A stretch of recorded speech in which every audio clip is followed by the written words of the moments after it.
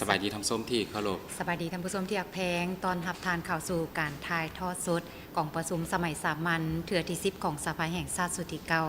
เจ้าซึ่งมื้อนี้ข้าพเจ้าเป็นอุดมสุขันโธพร้อมด้วยลำเงินลาสะอาดรับหน้าที่ดำเนินการถ่ายทอดสดในครั้งนี้ถือว่าพบกันในวันนี้กับเวลาของการดำเนินกองประชุมก็ถือว่าเป็นมื้อที่6ของการดำเนินกองประชุมสมัยสามัญเถื่อที่10ของสภาแห่งชาติสุดที่เก้ากันแล้วเจ้าหลังจากที่ดำเนินมาตั้งแต่มื้อวันที่10พฤศจิกายนผ่านมา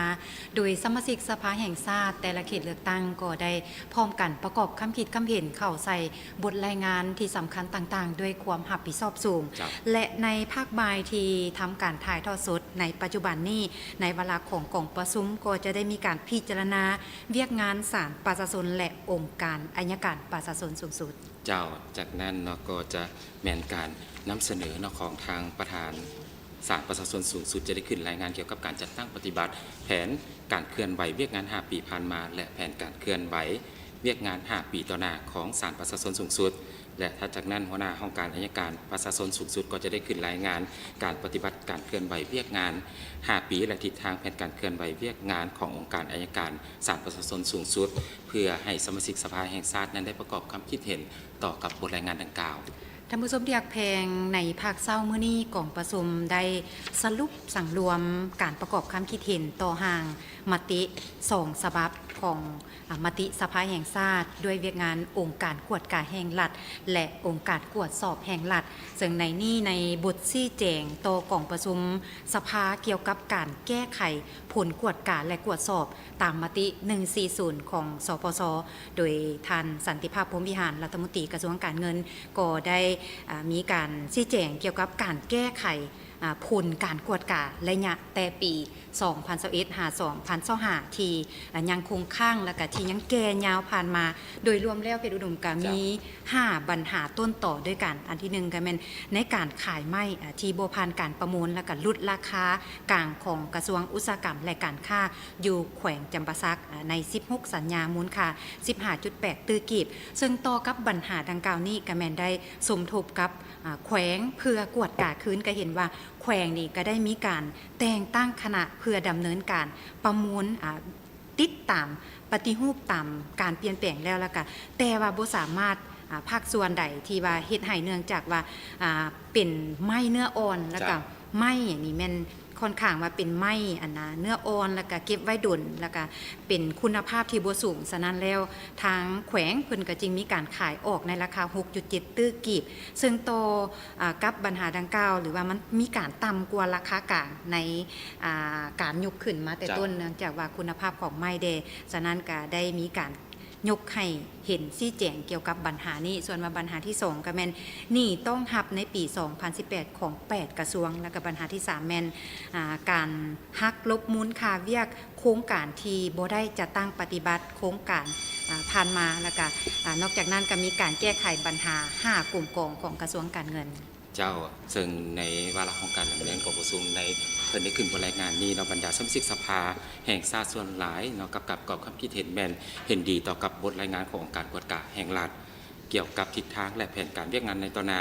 ถึงจะได้ก็ตามเนาะสมาชิกสภาแห่งชาติก็ยังได้เสนอให้องค์การกวดการแห่งรัฐสืบต่อค้นคว้ากำหนดทิศทางศูนย์รวมหรือว่าจุดสุมของการจัดตั้งปฏิบัติอย่างชัดเจนและสอดคล้องกับความเรียกร้องต้องการของเวียกงานกวดการในระยะใหม่เอาใจใส่ก่อสร้างพนักงานเนาะเวียกงานกวดกาให้เป็นมืออาชีพยกสูงท่าแท้การเมืองคุณสมบัติจรรยาบรรณจรรยธรรมเพื่อรับประกันคุณภาพและการสร้างความเชื่อมั่นต่อกับเวียกงานกวดกาเจ้าพร้อมเดียวกันนั้นจากการรายงานการจะตั้งปฏิบัติแผนการเคลื่อนไหวเวียกงาน5ปีของท่านประธานองค์การกวดการแห่งรัฐก็มีการกวดพบบางโครงการของรัฐที่บ่เฮ็ดตามระเบียบกฎหมายโดยเฉพาะก็แม่นบรรดาโครงการลงทุนของรัฐบ่มีบทประเมินผลกระทบด้านสิ่งแวดล้อมสังคมบ่มีใบมอบสิทธิ์นำไส้ที่ดินของประชาชนบ่มีใบยั่งยืนรับรองแบบแต้มจากแขนงการที่เกี่ยวข้องบ่วางเงินค้ำประกันสัญญาบ่จดทะเบียนบ่ได้ไล่เลี้ยงค่าทรัพยากรธรรมชาตินอกจากนั้นในเบื้องของด้านงบประมาณที่มาช่วยชำระให้บริษัทรับเหมาในแต่ละปีนี้ก็แม่นมีจำนวนจำกัดเมื่อเทียบกับ บริมาตรเมื่อเทียบกับปริมาณเวียกที่สำเร็จตัวจริงก็เฮ็ดให้ตัวเลขนี่ข้างสำละนี่มีจำนวนหลวงหลายและก็ปัญหาอื่นๆเติมอีกที่สมาชิกสภาแห่งชาติได้มีการประกอบคำคิดคำเห็นมีการยกปัญหาต่างๆขึ้นมาเจ้าซึ่งนั่นก็แม่นวาระของการดำเนินกองประชุมในตอนเช้าของมื้อนี้และทำสมท่านใดอยากจะประกอบส่วนหรือว่าประกอบความคิดเห็นต่อกับวาระการดำเนินกองประชุมในครั้งนี้ก็สามารถโทรมาได้ที่หมายเลขสายด่วน156โดยบ่เสียค่าในมุกราชการหรือทุกท่านสามารถส่งความคิดเห็นของทุกท่านนั้นมาได้ที่อีเมลหน้าลาว 156@gmail.com ความคิดเห็นของทุกท่านนั้นจะถูกนำมาเสนอต่อกับกองประชุมสภาในขั้นต่อไปหรือว่าทุกท่านนั้นสามารถติดตามรับชมรายละเอียดของวาระการดำเนินกองประชุมได้กับรายการพิเศษสภาแห่งชาติออกการให้ทุกท่านนั้นได้รับชมกันทุกวันจันทร์ถึงวันเสาร์ภาคเช้าเริ่มแต่เวลา 7 โมงเป็นต้นไปและภาคค่ำเริ่มแต่เวลา 20 โมงเป็นต้นไปเจ้านอกจากนั้นก็ยังติดตามได้ในภาคข่าวประจำวันในแต่ละวันที่ทางโทรภาพแห่งชาติได้มีการรายงานนำเอาความคืบหน้าต่างๆของวาระการดำเนินกองประชุมสภาแห่งชาติในแต่ละมือให้ทานได้ติดตามชมเจ้าท่านผู้ชมปัจจุบันนี้ทางด้านในห้องประชุมสมาชิกสภาแต่ละเขตเลือกตั้งก็ถือว่ามาประจำที่เป็นที่เรียบร้อยแล้วถ้าคณะประธานเข้ามาครบจำนวนก็จะเริ่มวาระของการดำเนินกองประชุมอย่างเป็นทางการฉะนั้นเชิญทานที่ตามรับชมบรรยากาศสดทางด้านใน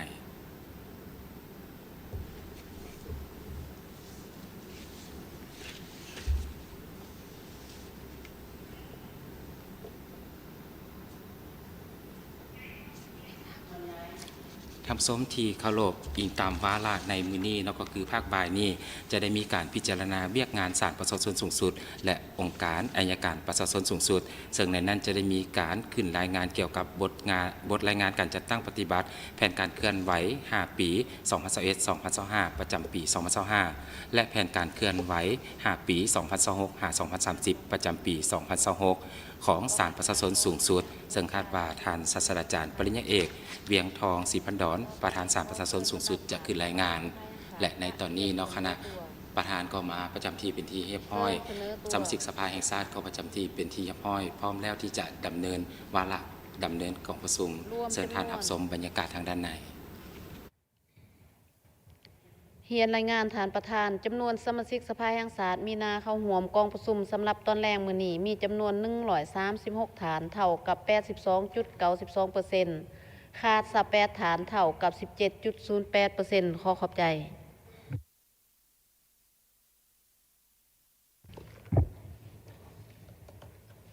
สบายดีตอนบ่ายขอขอบใจทางเลขาธิการบรรดาท่านในคณะประธานที่เคารพและนับถืออย่างสูงเฮียนท่านศาสตราจารย์ปริญญาเอกเวียงทองศรีพันดรประธานสภาประชาชนสูงสุดที่นับถือท่านไสสนะโคตรภูธรหัวหน้าองค์การอัยการประชาชนสูงสุดที่นับถือบรรดาท่านสมาชิกสภาแห่งชาติที่นับถือบรรดาท่านที่หักแพงอิงตามการแบ่งความรับผิดชอบภายในคณะประธานสภาแห่งชาติอิงตามตารางดำเนินกองประชุมในภาคบ่ายของมื้อนี้บรรดาท่านสมาชิกสภาแห่งชาติจะได้รับฟังการรายงานเกี่ยวกับการจัดตั้งปฏิบัติแผนการเคลื่อนไหวเวียกงาน5 ปีระยะ 2021-2025 แผนการประจำปี 2025 และแผนการเคลื่อนไหว5 ปี 2026-2030 แผนการประจำปี 2026 ของศาลประชาชนสูงสุดและองค์การอัยการประชาชนสูงสุดต่อไปนี้ ข้าพเจ้า ขอถือเป็นเกียรติเชิญท่านนางเวียงทองศรีพันดรประธานศาลประชาชนสูงสุดขึ้นรายงานเกี่ยวกับการจัดตั้งปฏิบัติการเคลื่อนไหวเวียกงาน5 ปี 2021-2025 แผนการประจำปี 2025 และแผนการเคลื่อนไหว5 ปี 2026-2030 แผนการประจำปี 2026 ของศาลประชาชนสูงสุดใช้เวลา30 นาทีขอเชิญ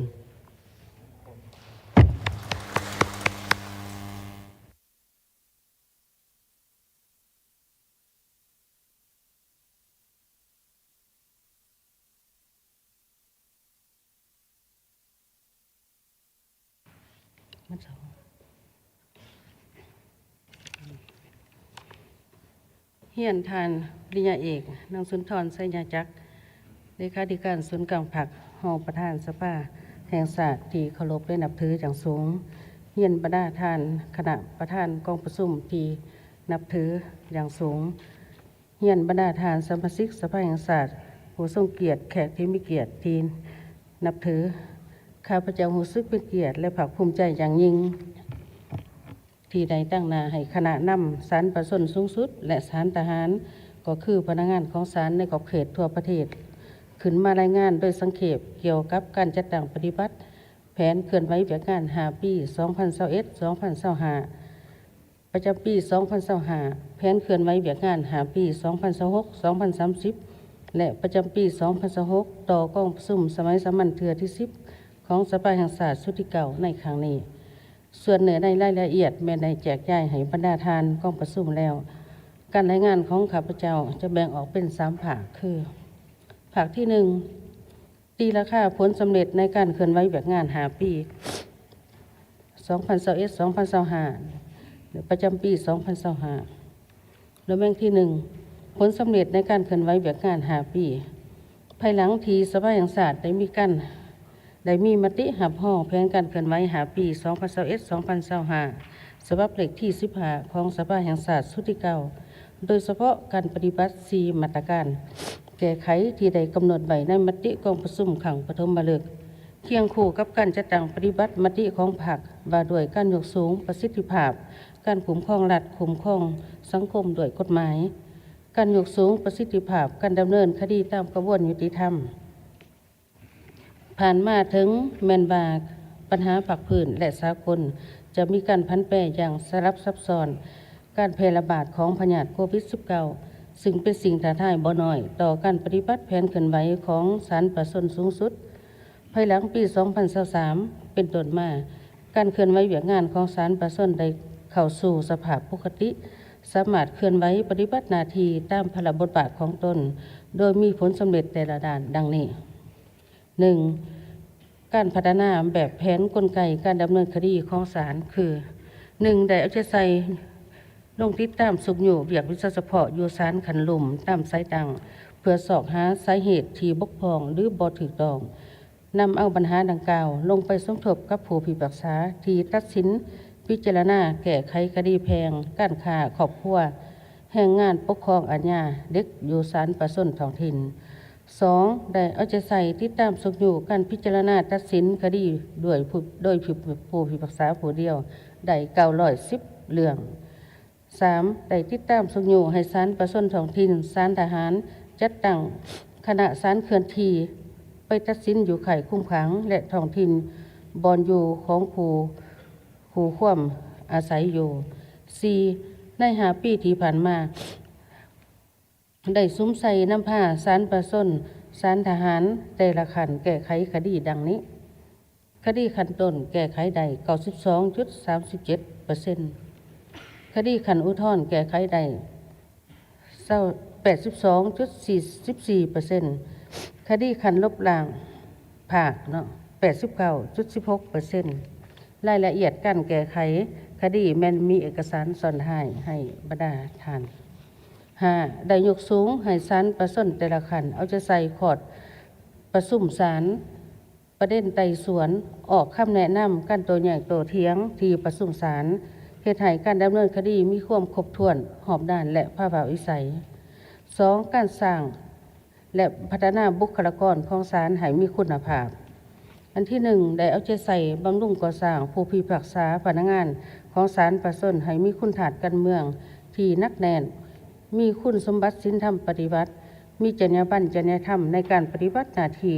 โดยสำเร็จฝึกอบรมทฤษฎี45 วันได้1 ชุดได้95 คน และ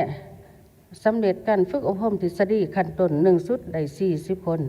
และได้ส่งบำรุงทฤษฎีนำภาคส่วนอื่นทั้งภายในและต่างประเทศจำนวน30 คน 2. ได้ปรับปรุงหลักสูตรผู้ช่วยผู้พิพากษาจากศาลการขึ้นบัลลังก์ตัดสินโดยผู้พิพากษาผู้เดียวการเขียนคำตัดสินคำพิพากษาการลงประเมินหลักสูตรและผลของการฝึกอบรม 3. สำเร็จการฝึกอบรมเวียกงานผู้ช่วยผู้พิพากษาได้5 ชุดจำนวน236 คนจากศาล3 ชุดจำนวน89 คนนอกจากนั้นยังได้ฝึกอบรมหัวข้อเฉพาะ ร่วมกับภาคส่วนที่เกี่ยวข้องในการดำเนินคดีการค้ามนุษย์การฟอกเงินและการสะดองทุนให้แก่ผู้ก่อการร้ายอาชญากรรมทางคอมพิวเตอร์การล้มละลายของวิสาหกิจทรัพย์สินทางปัญญามีผู้เข้าร่วม145 คน 3. ด้านการพัฒนาการจัดตั้งของศาลประชาชน 1. ได้สำเร็จการสร้างตั้งศาลประชาชนเขตตามแผนที่กองประชุมสภาแห่งชาติได้รับห้อ4 แห่งคือเขต 4 แขวงหนองหัวบาง เขต 3 แขวงสารวัน เขต 2 แขวงเสกอง และเขต 2 แขวงอัตตปือ 2. ได้สำเร็จยกย้ายสับเปลี่ยนบ่อนประจำการและแต่งตั้งพนักงานของศาลประชาชนและศาลทหารดังนี้ยกย้ายบ่อนประจำการไปภาคส่วนอื่น20 ฐานหับพนักงานที่ยกย้ายมาจากภาคส่วนอื่น37 ฐานสับเปลี่ยนบ่อนประจำการภายในระบบ293 ฐานได้แต่งตั้งตำแหน่งบริหาร85 ฐานในนั้นขันห้องประธานศาลประชาชนสูงสุด4 ฐาน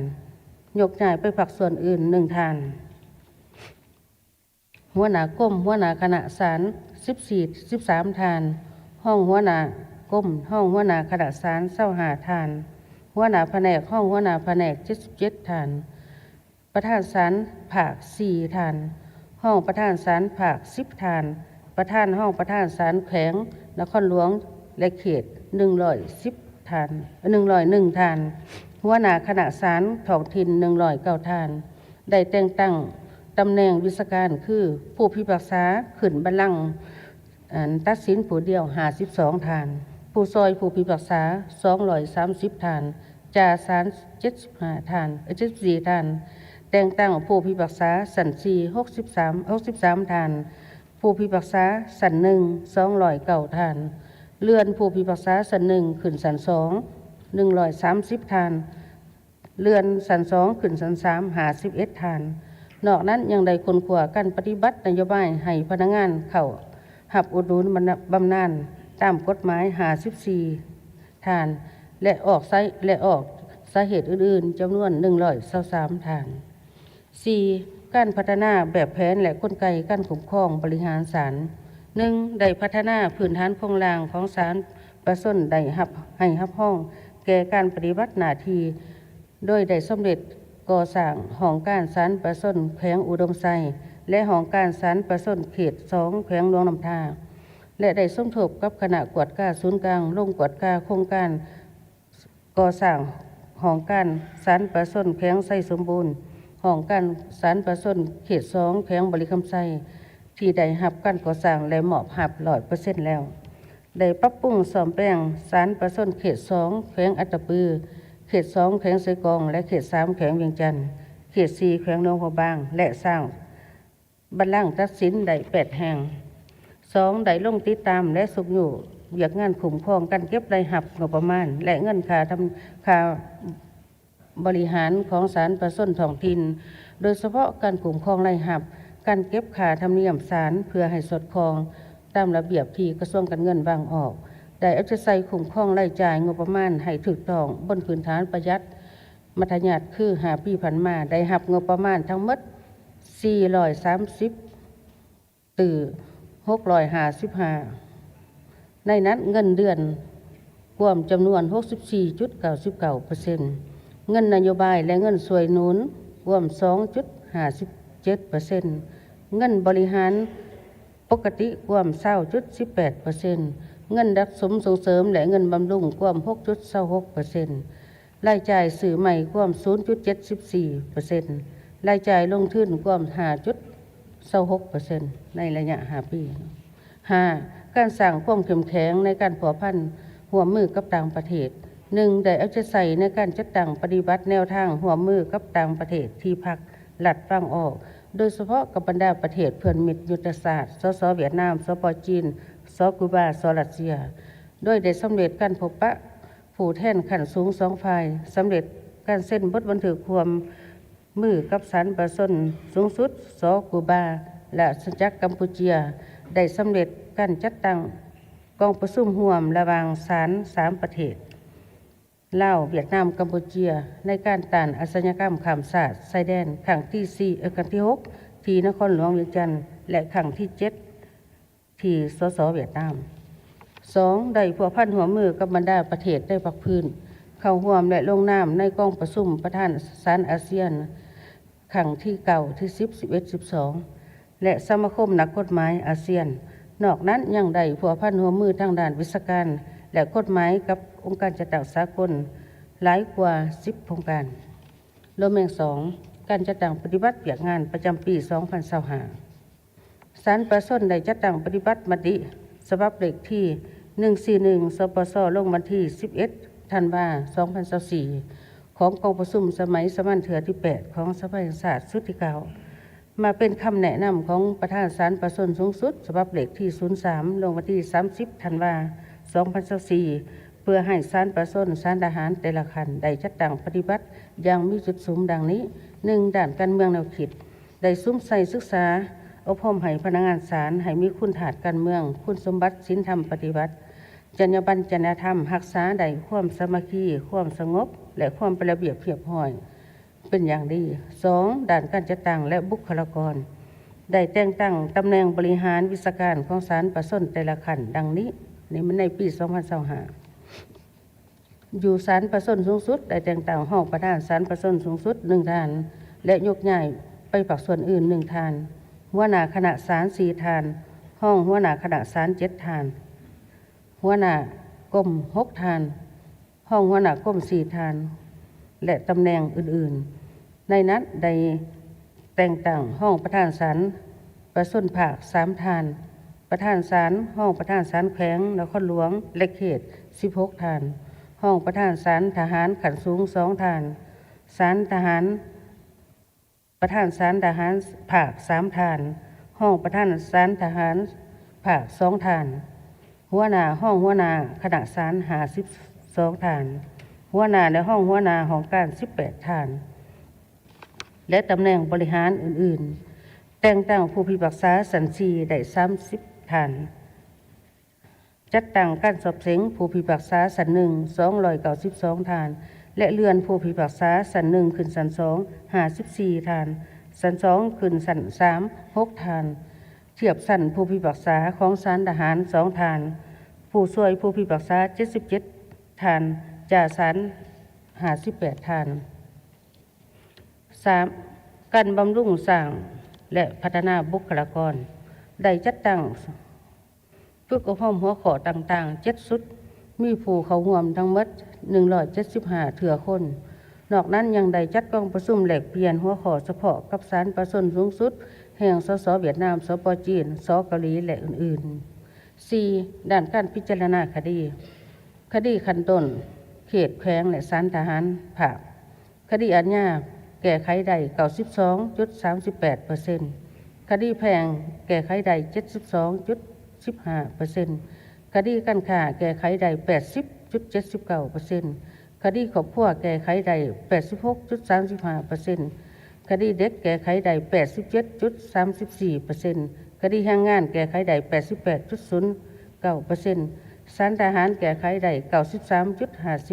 93.50%คดีขั้นอุทธรณ์ศาลประชนแขวงภาคและศาลทหารขั้นสูงคดีอาญาแก้ไขได้ 85.73% คดีแพ่งแก้ไขได้ 69.1% คดีการค้าแก้ไขได้ 82% คดีครอบครัวแก้ไขได้ 79.1% คดีเด็กกำลังขดหัว2เรื่องคดีแรงงานแก้ไขได้ 63% ศาลทหารขั้นต้นแก้ไขได้ 78.57% ขั้นลบล้างศาลประชนภาคและศาลประชนสูงสุดคดีอาญาแก้ไขได้ 84.84% คดีแพ่งแก้ไขได้ 50.64% การค้าแก้ไขได้ 92.85% ครอบครัวแก้ไขได้ 68.18% เด็กแก้ไขได้ 100%แรงงานแก้ไขได้ 71.42% 5. การสร้างและปรับปรุงนิติกรรม 1. สำเร็จกับการปรับปรุงกฎหมาย2ฉบับคือกฎหมายว่าด้วยการดำเนินคดีแพ่งและกฎหมายว่าด้วยการปรับปรุงบางมาตราของกฎหมายว่าด้วยศาลประชน 2. สร้างและปรับปรุงนิติกรรมไต่กฎหมายได้48ฉบับนอกนั้นยังได้ประกอบส่วนเป็นคณะรับผิดชอบปรับปรุงรัฐธรรมนูญกฎหมายและป รับปรุงรัฐบัญญัติของประธานประเทศ 6. การคุ้มครองวิชาการกวดกล้าขึ้นกวดกล้าคำตัดสินและคำพิพากษาได้ค้นคว้าวิเคราะห์วิจัยสถิติคดีกวดกล้าคำตัดสินคำพิพากษาได้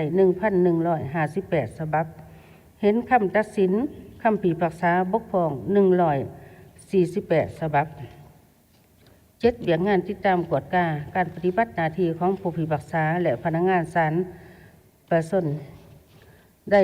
ค้นคว้าคำห้องคำเสนอของภาคส่วนต่างๆที่ติดพันกับการดำเนินคดีของศาลจำนวน67 ฉบับ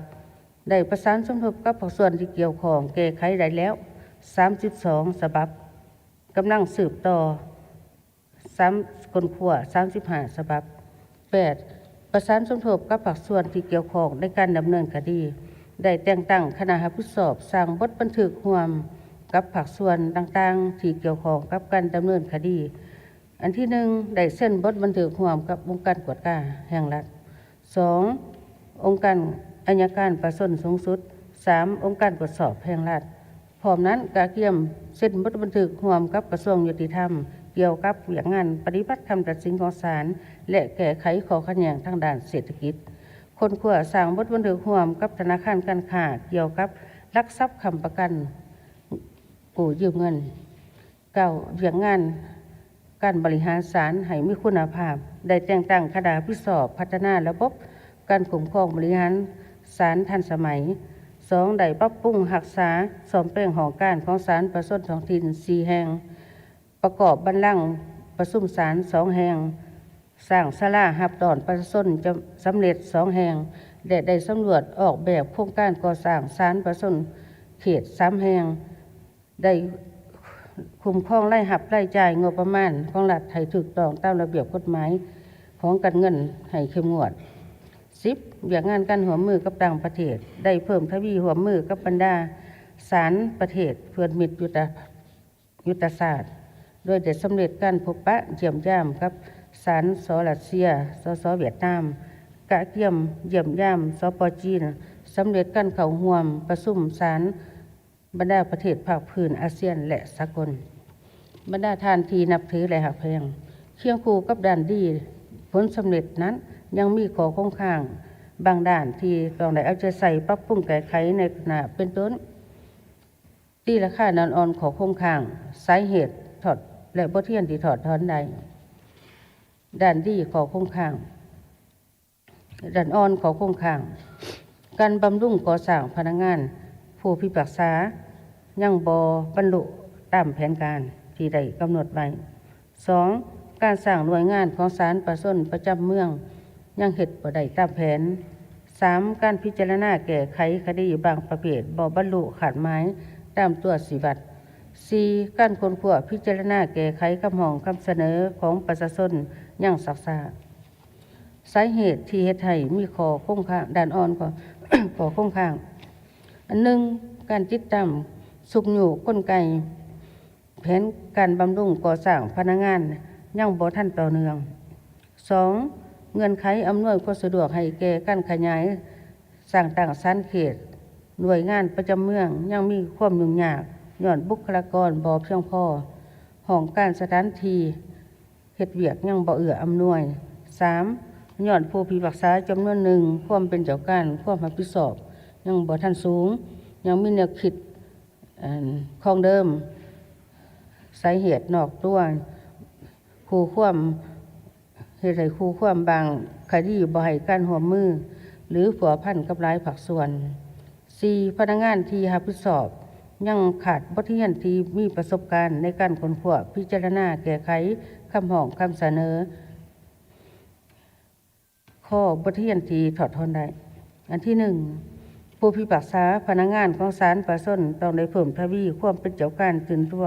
เข้าร่วมเสื่อมซึมมติคำสั่งของพรรคของรัฐ 2. ต้องสร้างเงื่อนไขเอื้ออำนวยความสะดวกทางด้านบุคลากรสถานที่ห้องการเฮ็ดเวียกพาหนะงบประมาณให้เพียงพอเพื่อให้ศาลประชาชนได้สืบต่อปฏิบัติแผนสั่งตั้งศาลประชาชนเขตและหน่วยงานประจำเมืองได้สำเร็จตามแผน 3. ต้องบำรุงก่อสร้างผู้พิพากษาดีเก่งควรมี ควรมีสำนักงานมีความรับผิดชอบต่อหน้าที่เวียกงาน โดยติดพันกับการประเมินเพื่อรับประกันคุณภาพ การคุ้มครองและนำใส่พนักงานให้ถูกต้องตามเป้าหมาย 4. เป็นเจ้าการในการปฏิบัติมติกองประชุมสภาแห่งชาติที่ได้รับห้อง แผนพัฒนาสารประสนให้บรรลุตามกฎหมายที่วางไว้ 5. ต้องสร้างกลไกวิธีการและแบบแผนการดำเนินคดีให้สอดคล้องและทันสภาพตัวจริง ต่อไปข้าพเจ้าจะขอเข้าภาคที่ 2 แผนการเคลื่อนไหวเวียกงาน5 ปี 2026 หา 2030 และประจำปี 2026 1. ทิศทางร่วมและขาดหมายสู่ส้นทิศทาง 1. พันขยายมติกองประชุมใหญ่ของพรรคให้เป็นแผนพัฒนาระบบศาล 2. ยกสูงคุณภาพการดำเนินคดีปรับปรุงและพัฒนากลไกบริหารคดีโดยให้ลงเลิกการโต้แย้งโต้เถียงที่ประชุมศาล 3. ปรับปรุงกฎหมายและนิติกรรมไต่กฎหมายที่เกี่ยวข้องกับการดำเนินคดีให้ครบถ้วนรัดกุม 4. บำรุงก่อสร้างผู้พิพากษาและพนักงานของศาลให้มีความรู้ความสามารถทางด้านวิชาเฉพาะวิชาการ 5. พัฒนาพื้นฐานโครงสร้างให้เหมาะสมและเอื้ออำนวยกับการปฏิบัติหน้าที่ตามพระราชบทบาท 6. ให้ประชาชนได้รับการบริการที่ดีและเฮ็ดให้การจัดตั้งศาลยับไกลเข้าหาประชาชน 7. เสริมขยายการร่วมมือกับบรรดาประเทศเพื่อนมิตรยุทธศาสตร์เข้าสู่เรื่องเลิกผัวพันร่วมมือกับบรรดาประเทศอาเซียนภาคพื้นและสากลให้กว้างขวางขึ้น 2. ขาดหมายสู่ชนอันที่ 1. สร้างผู้พิพากษาพนักงานของศาลให้มีคุณฐานการเมืองที่นักแน่นมีความสามารถทางด้านวิชาเฉพาะสร้างผู้พิพากษาดีเก่งให้ได้หลายกว่า 85% 2. ขยายการจัดตั้งศาลประชาเขตให้ได้อย่างน้อย 4 แห่ง 3. สร้างกลไกการบริหารคดีแบบใหม่เฮ็ดให้มีความโปร่งใสทุกขั้นและบรรลุตามขาดหมายตรวจสีวัด 4. สร้างและปรับปรุงนิติกรรมที่อยู่ในความรับผิดชอบของศาลประชาสูงสุดให้สำเร็จ 5. คนขวบกลไกการบริหารศาลให้มีคุณภาพและทันสมัย 2. แผนเคลื่อนไหวแต่ละด้านเพื่อสืบต่อจัดตั้งพันขยายมติ 04 ว่าด้วยการสร้างเศรษฐกิจเอกราชเป็นเจ้าตนเอง และการปฏิบัติปฏิของสภาแห่งชาติอีก 5 ปีต่อหน้า 2026-2030 ศาลประชาสูงสุดจะสวมใส่การปฏิบัติแผนพัฒนาระบบศาล5 ปีครั้งที่ 5 โดยจะสวมใส่ปฏิบัติ 4 ทิศทางรวม5ขัดหมายสู่ส้น5แผนงาน23โครงการและ77กิจกรรมตามห่างแผนพัฒนาที่ได้แจกจ่ายให้บรรดาฐานในกองประชุมแล้วแม่ง 3. ทิศทางแผนการปี 2026 1. สืบต่อบำรุงก่อสร้างพนักงานและตะกอนของศาลให้มีคุณฐานการเมืองมีจรรยาบรรณจริยธรรมต่อหน้าที่เวียกงานมีแนวคิดจินตนาการใหม่ที่ถูกต้องคนขวบปฏิบัตินโยบายต่อพนักงานตามระเบียบการ 2. ประสานสมทบกับองค์การท้องถิ่นในการปรับปรุงกงจักรการจัดตั้งของศาลประชาชนให้มีความหนักแน่นเข้มแข็งดำเนินขั้นตอนแต่งตั้งตำแหน่งบริหารและตำแหน่งตุลาการให้ในแต่ละขั้นตามกฎหมายที่ได้กำหนดประสานสมทบกับศาลกับการสั่งตั้งศาลประชาชนเขต 3. บำรุงสร้างและพัฒนาบุคลากรของศาลโดยเฉพาะพัฒนาสถาบันคนขัวและฝึกอบรมในการสร้างผู้ฝึกให้เป็นมืออาชีพและมีคุณภาพสร้างและปรับปรุงหลักสูตรตำราการเรียนการสอนให้เหมาะสมกับตัวจริงและสืบต่อสร้างพนักงานทั้งด้านทฤษฎีการเมืองและการปกครอง 4. สืบต่อคนขัวพิจารณาตัดสินพิพากษาคดีศาลขั้นต้นขั้นอุทธรณ์และขั้นลบล้างให้บรรลุตามตัวสีวัดที่สภาแห่งชาติได้รับรอง 5. สืบต่อจัดตั้งพันขยายและโฆษณาเผยแพร่กฎหมายที่อยู่ในความรับผิดชอบของศาลประชาชนสูงสุดสืบต่อคนขัวปรับปรุงพระราชบัญญัติของกรมคณะศาลและศาลประชาชนท้องถิ่น 6. สืบต่อคนขัวแก้ไขคำร้องทุกข์คำเสนอของศาลประชาชนของประชาชนและการจัดตั้งเกี่ยวกับการดำเนินคดีและการประพฤติของผู้พิพากษาพนักงานให้ถูกต้องสอดคล้องตามระเบียบการและกฎหมายสุขอยู่คณะกรรมการติดตามกวดการปฏิบัติหน้าที่ของผู้พิพากษาให้มีการเคลื่อนไหวปฏิบัติหน้าที่ตามพระราชบทบาท ต้านและสกัดกั้นปรากฏการณ์ย่อท่อในระบบสารประสนประเมินผู้พิพากษาดีเก่งประจำปีและบำรุงก่อสร้างพนักงานกวดกาเพื่อรับประกันการปฏิบัติหน้าที่ให้มีคุณภาพ 7. สืบต่อประสานงานกับภาคส่วนที่เกี่ยวข้องกับการดำเนินคดีตามกระบวนยุติธรรมองค์การปกครองท้องถิ่นและสืบต่อเส้นบทบันทึกกับภาคส่วนที่เกี่ยวข้องที่มีความกลมเกลียวรับประกันกฎหมายและรัฐธรรมนูญ 8. สืบต่อคนขั้วและการบริหารศาลการบริหารคดีเข้าสู่ทันสมัยประสานสมทบขึ้นแผนสั่งตั้งสำนักงานศาลประสนให้ได้อย่างน้อย1 แห่งโดยเฉพาะมันศาลเขตสืบต่อติดตามแผนการก่อสร้างศาลประสนเขตสร้างบัลลังก์ประชุมศาลสร้างศาลารับดอนประชาชน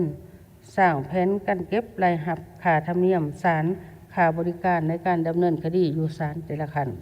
9. สืบต่อการร่วมมือกับบรรดาประเทศเพื่อนมิตรยุทธศาสตร์สสเวียดนามศาลสสเวียดนามสปจีนสกูบาสปปเกาหลีและสรัสเซียในการแลกเปลี่ยนคณะผู้แทนขั้นสูงตามบทบันทึกร่วมระหว่าง2 แขนงการและสืบต่อคนกว่าเส้นบทบันทึกร่วมระหว่าง2 แขนงการสืบต่อร่วมมือกับบรรดาศาลบรรดาประเทศได้ภาคพื้นอาเซียนและสากลภาคที่ 3 มาตรการจัดตั้งปฏิบัติเพื่อรับประกันให้แผนพัฒนาระบบศาลประสนได้รับการจัดตั้งปฏิบัติตามขาดหมายเป็นรูปธรรมมีผลสำเร็จอย่างมีคุณภาพอยู่ในขอบเขตเวียงงานของศาลประสน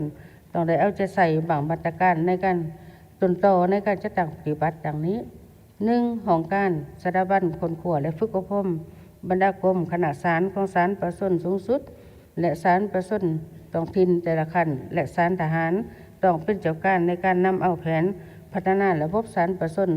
ฉบับนี้ไปเผยแพร่คนขัวเสื่อมซึมจัดตั้งพันกยายเป็นแผนงานโครงการกิจกรรมเป็นอันละเอียด 2. ศาลประสนแต่ละขั้นและศาลทหารต้องหันแผนพัฒนาระบบศาลประสนฉบับนี้เป็นแผนงานโครงการและกิจกรรมละเอียดแล้วนำเสนอเพื่อจัดสรรงบประมาณในแต่ละปีตามระเบียบการ 3. แบ่งงานแบ่งความรับผิดชอบในการจัดตั้งปฏิบัติอย่างเป็นอันละเอียดและชัดแจ้ง 4. ซุ้มใส่สุกอยู่ติดตามกวดกาการประเมิน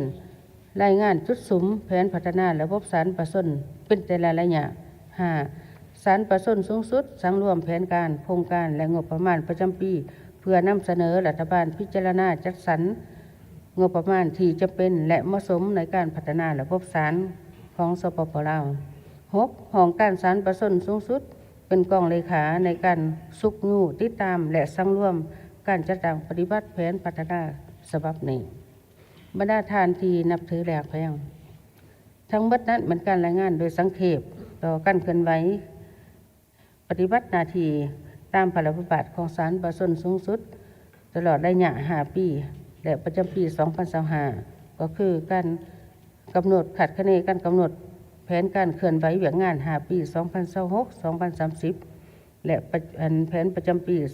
2026 ต่อกองประชุมสมัยสมัญเถื่อที่ 10 สภาแห่งชาติชุดที่เก่าในครั้งนี้ข้าพเจ้าขอเรียนเสนอมายังบรรดาท่านสมาชิกสภาแห่งชาติช่วยคนขัวพิจารณามีความเห็นให้คำแนะนำแก่ศาลประสนสูงสุดได้รับการพัฒนาให้เข้มแข็งเพื่อเป็นบาทกล่าวหนึ่งรองรับให้หน้าที่การเมืองที่พรรครัฐได้มอบหมายให้และได้รับเป็นน่าเชื่อถือของประชาชนถือโอกาสที่มีความหมายสำคัญนี้ข้าพเจ้าตั้งหน้าคณะนำศาลประสนสูงสุดขอแสดงความขอบใจมายังคณะประจำสภาแห่งชาติที่ได้เอาใจใส่พิจารณาในการเอื้ออำนวยความสะดวกให้แก่การเคลื่อนไหวเวียกงานของศาลประสนก็คือศาลทหาร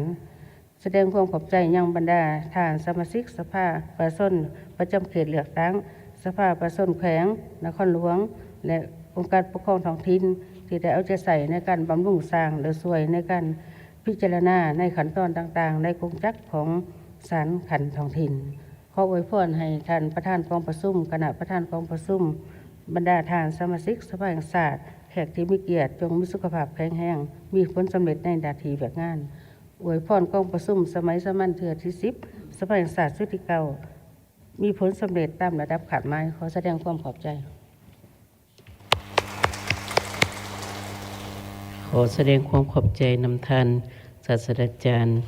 ปริญญาเอกนางวิงทองศรีพันดลประธานศาลประชาชนสูงสุดที่ได้รายงานเกี่ยวกับการจัดตั้งปฏิบัติแผนการเคลื่อนไหวเวียงงาน 5 ปี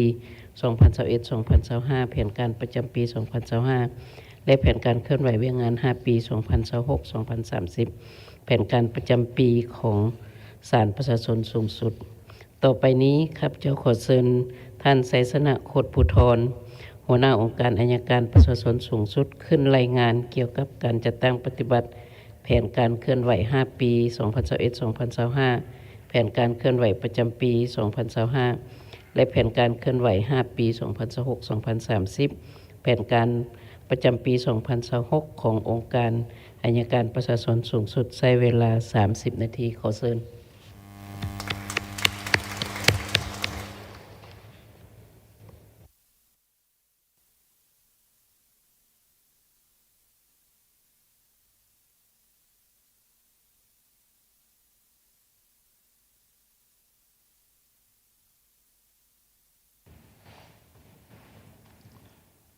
ขอเฮียน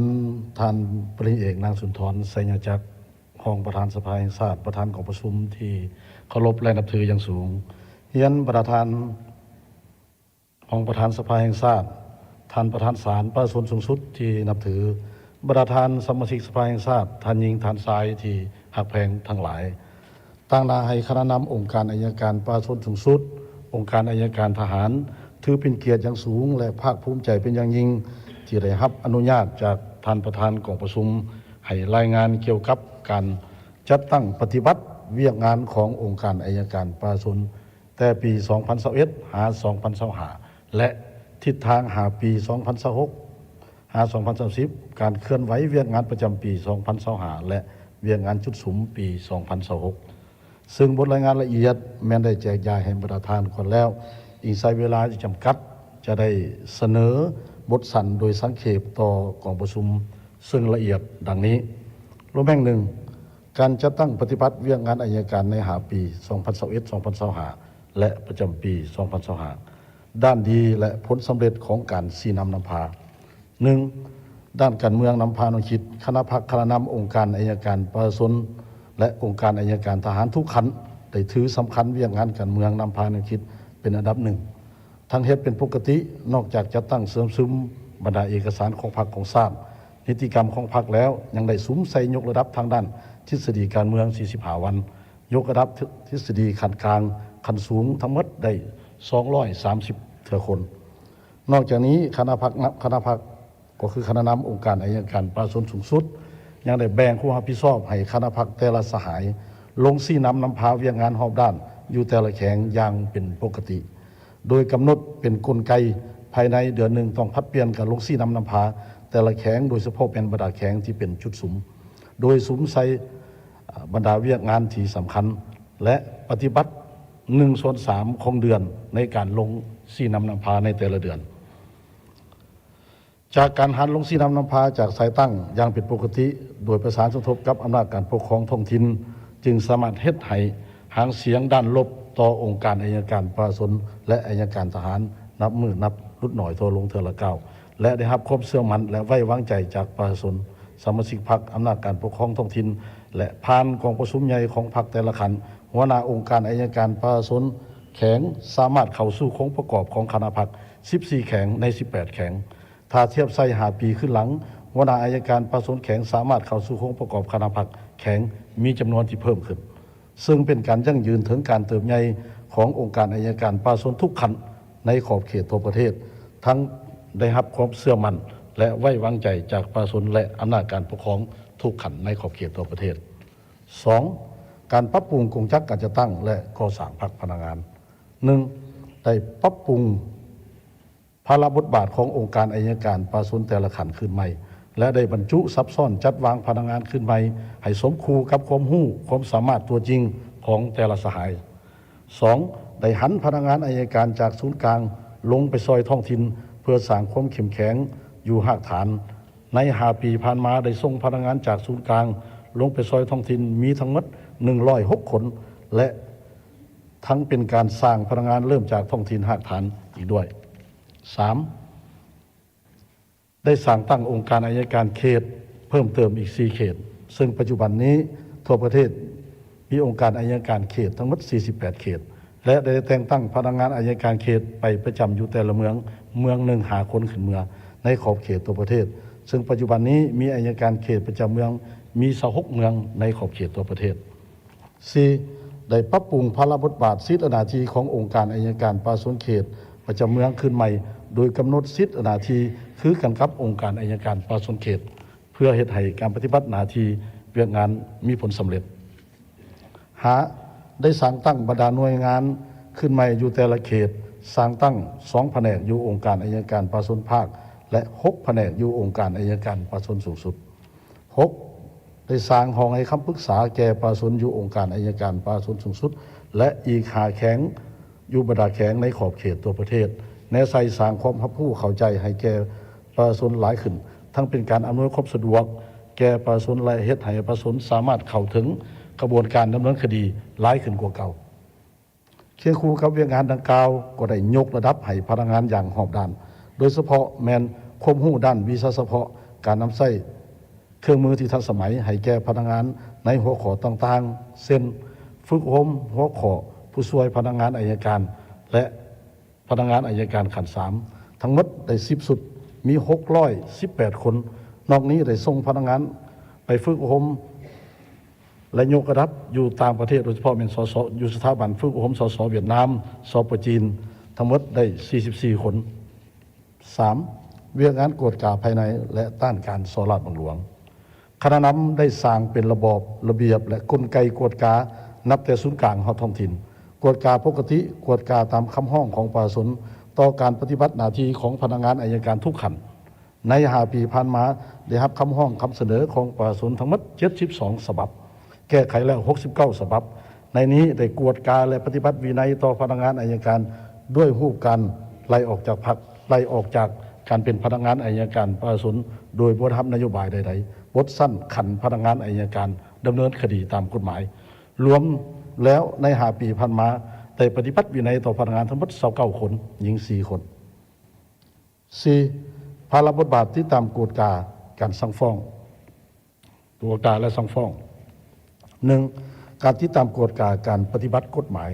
1. ได้ปรับปรุงภาระบทบาทของเวียกงานที่ตามกฎกาทั่วไปโดยกำหนดให้แคบเขามีหาหน้าเวียกต้นต่อและได้เปลี่ยนชื่อจากการที่ตามกฎกาทั่วไปมาเป็นการที่ตามกฎกาการปฏิบัติกฎหมาย 2. ได้จัดกองประชุมถอดถอนบทเรียนเกี่ยวกับการจัดตั้งปฏิบัติกฎหมายอยู่แต่ละกระทรวงได้2 ครั้งได้เข้าร่วมสร้างนิติกรรมที่ตามกฎกาการออกนิติกรรมต่างๆได้ทั้งหมด38 ฉบับ 3. ได้สร้างกลไกเฮ็ดเวียกร่วมกับภาคส่วนต่างๆโดยสร้างเป็นบทบันทึกและพัดเปลี่ยนกันเป็นเจ้าภาพจัดกองประชุมแลกเปลี่ยนความคิดความเห็น5 ปีผ่านมาได้สร้างกลไกเฮ็ดเวียกร่วมกับกระทรวงต่างๆทั้งหมด10 ภาคส่วนและสามารถจะตั้งปฏิบัติแต่ศูนย์กลางฮอดท้องถิ่นในขอบเขตตัวประเทศ 4. ได้กะเกียมสร้างปฐมปัจจัยให้แก่การดำเนินคดีปกครองซึ่งได้สร้างเป็นนิติกรรมลุ่มกฎหมายจำนวนหนึ่งเพื่อเป็นบอนอิงให้ท้องถิ่นในการจัดตั้งปฏิบัติ 5. ใน5 ปีผ่านมาได้รับคำห้องคำเสนอของปราศนและองค์การจัดตั้งของพรรคของรัฐองค์การจัดตั้งสังคมเพื่อให้กวดกาการปฏิบัติกฎหมายและนิติกรรมใต้กฎหมายขององค์การจัดตั้งของพรรคของรัฐมีจำนวน72 เรื่องได้ค้นคว้าและแก้ไขแล้วทั้งหมด69 เรื่องข้อ 2. ภาระบทบาทที่ตามกฎกาองค์การสืบสวนสอบสวนได้ติดตามกฎกาและปฏิบัติคำสั่ง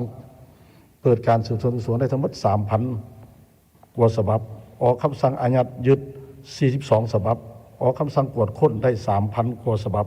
ออกคำสั่งจับตัวได้ 12,000 กว่าฉบับคำสั่งกักขังพราง52,000 กว่าฉบับคำสั่งบต.การกักขังพราง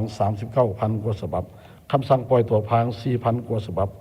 คำสั่งปล่อยตัวก่อนกำหนด 1,000 กว่าฉบับออกคำแนะนำเกี่ยวกับการดำเนินคดีอาญาให้แก่องค์การสืบสวนสอบสวน 9,000 กว่าฉบับผ่านการที่ตามกฎกาเห็นว่าการปฏิบัติคำสั่งคำแนะนำของเจ้าหน้าที่ ส่วนหลายแมนปฏิบัติถูกต้องตามกฎหมายที่กำหนดไว้ 3. การติดตามกฎการปฏิบัติกฎหมายในที่ประชุมศาลคดีอาญาขั้นต้นมีทั้งหมด13,639 เรื่องแก้ไขแล้ว53,194 เรื่องเท่ากับ 99.17%คดีอาญาขั้นอุทธรณ์มี 2,187 เรื่องแก้ไขแล้ว 2,161 เรื่องเท่ากับ 98.81%คดีอาญาขั้นลบล้างทั้งหมด857 เรื่องแก้ไขแล้ว841 เรื่องเท่ากับ 98.19%คดีแพ่งขั้นต้น 7,279 เรื่องแก้ไขแล้ว 7,221 เรื่องเท่ากับ 99.2%คดีแพ่งขั้นอุทธรณ์ 2,838 เรื่องแก้ไขแล้ว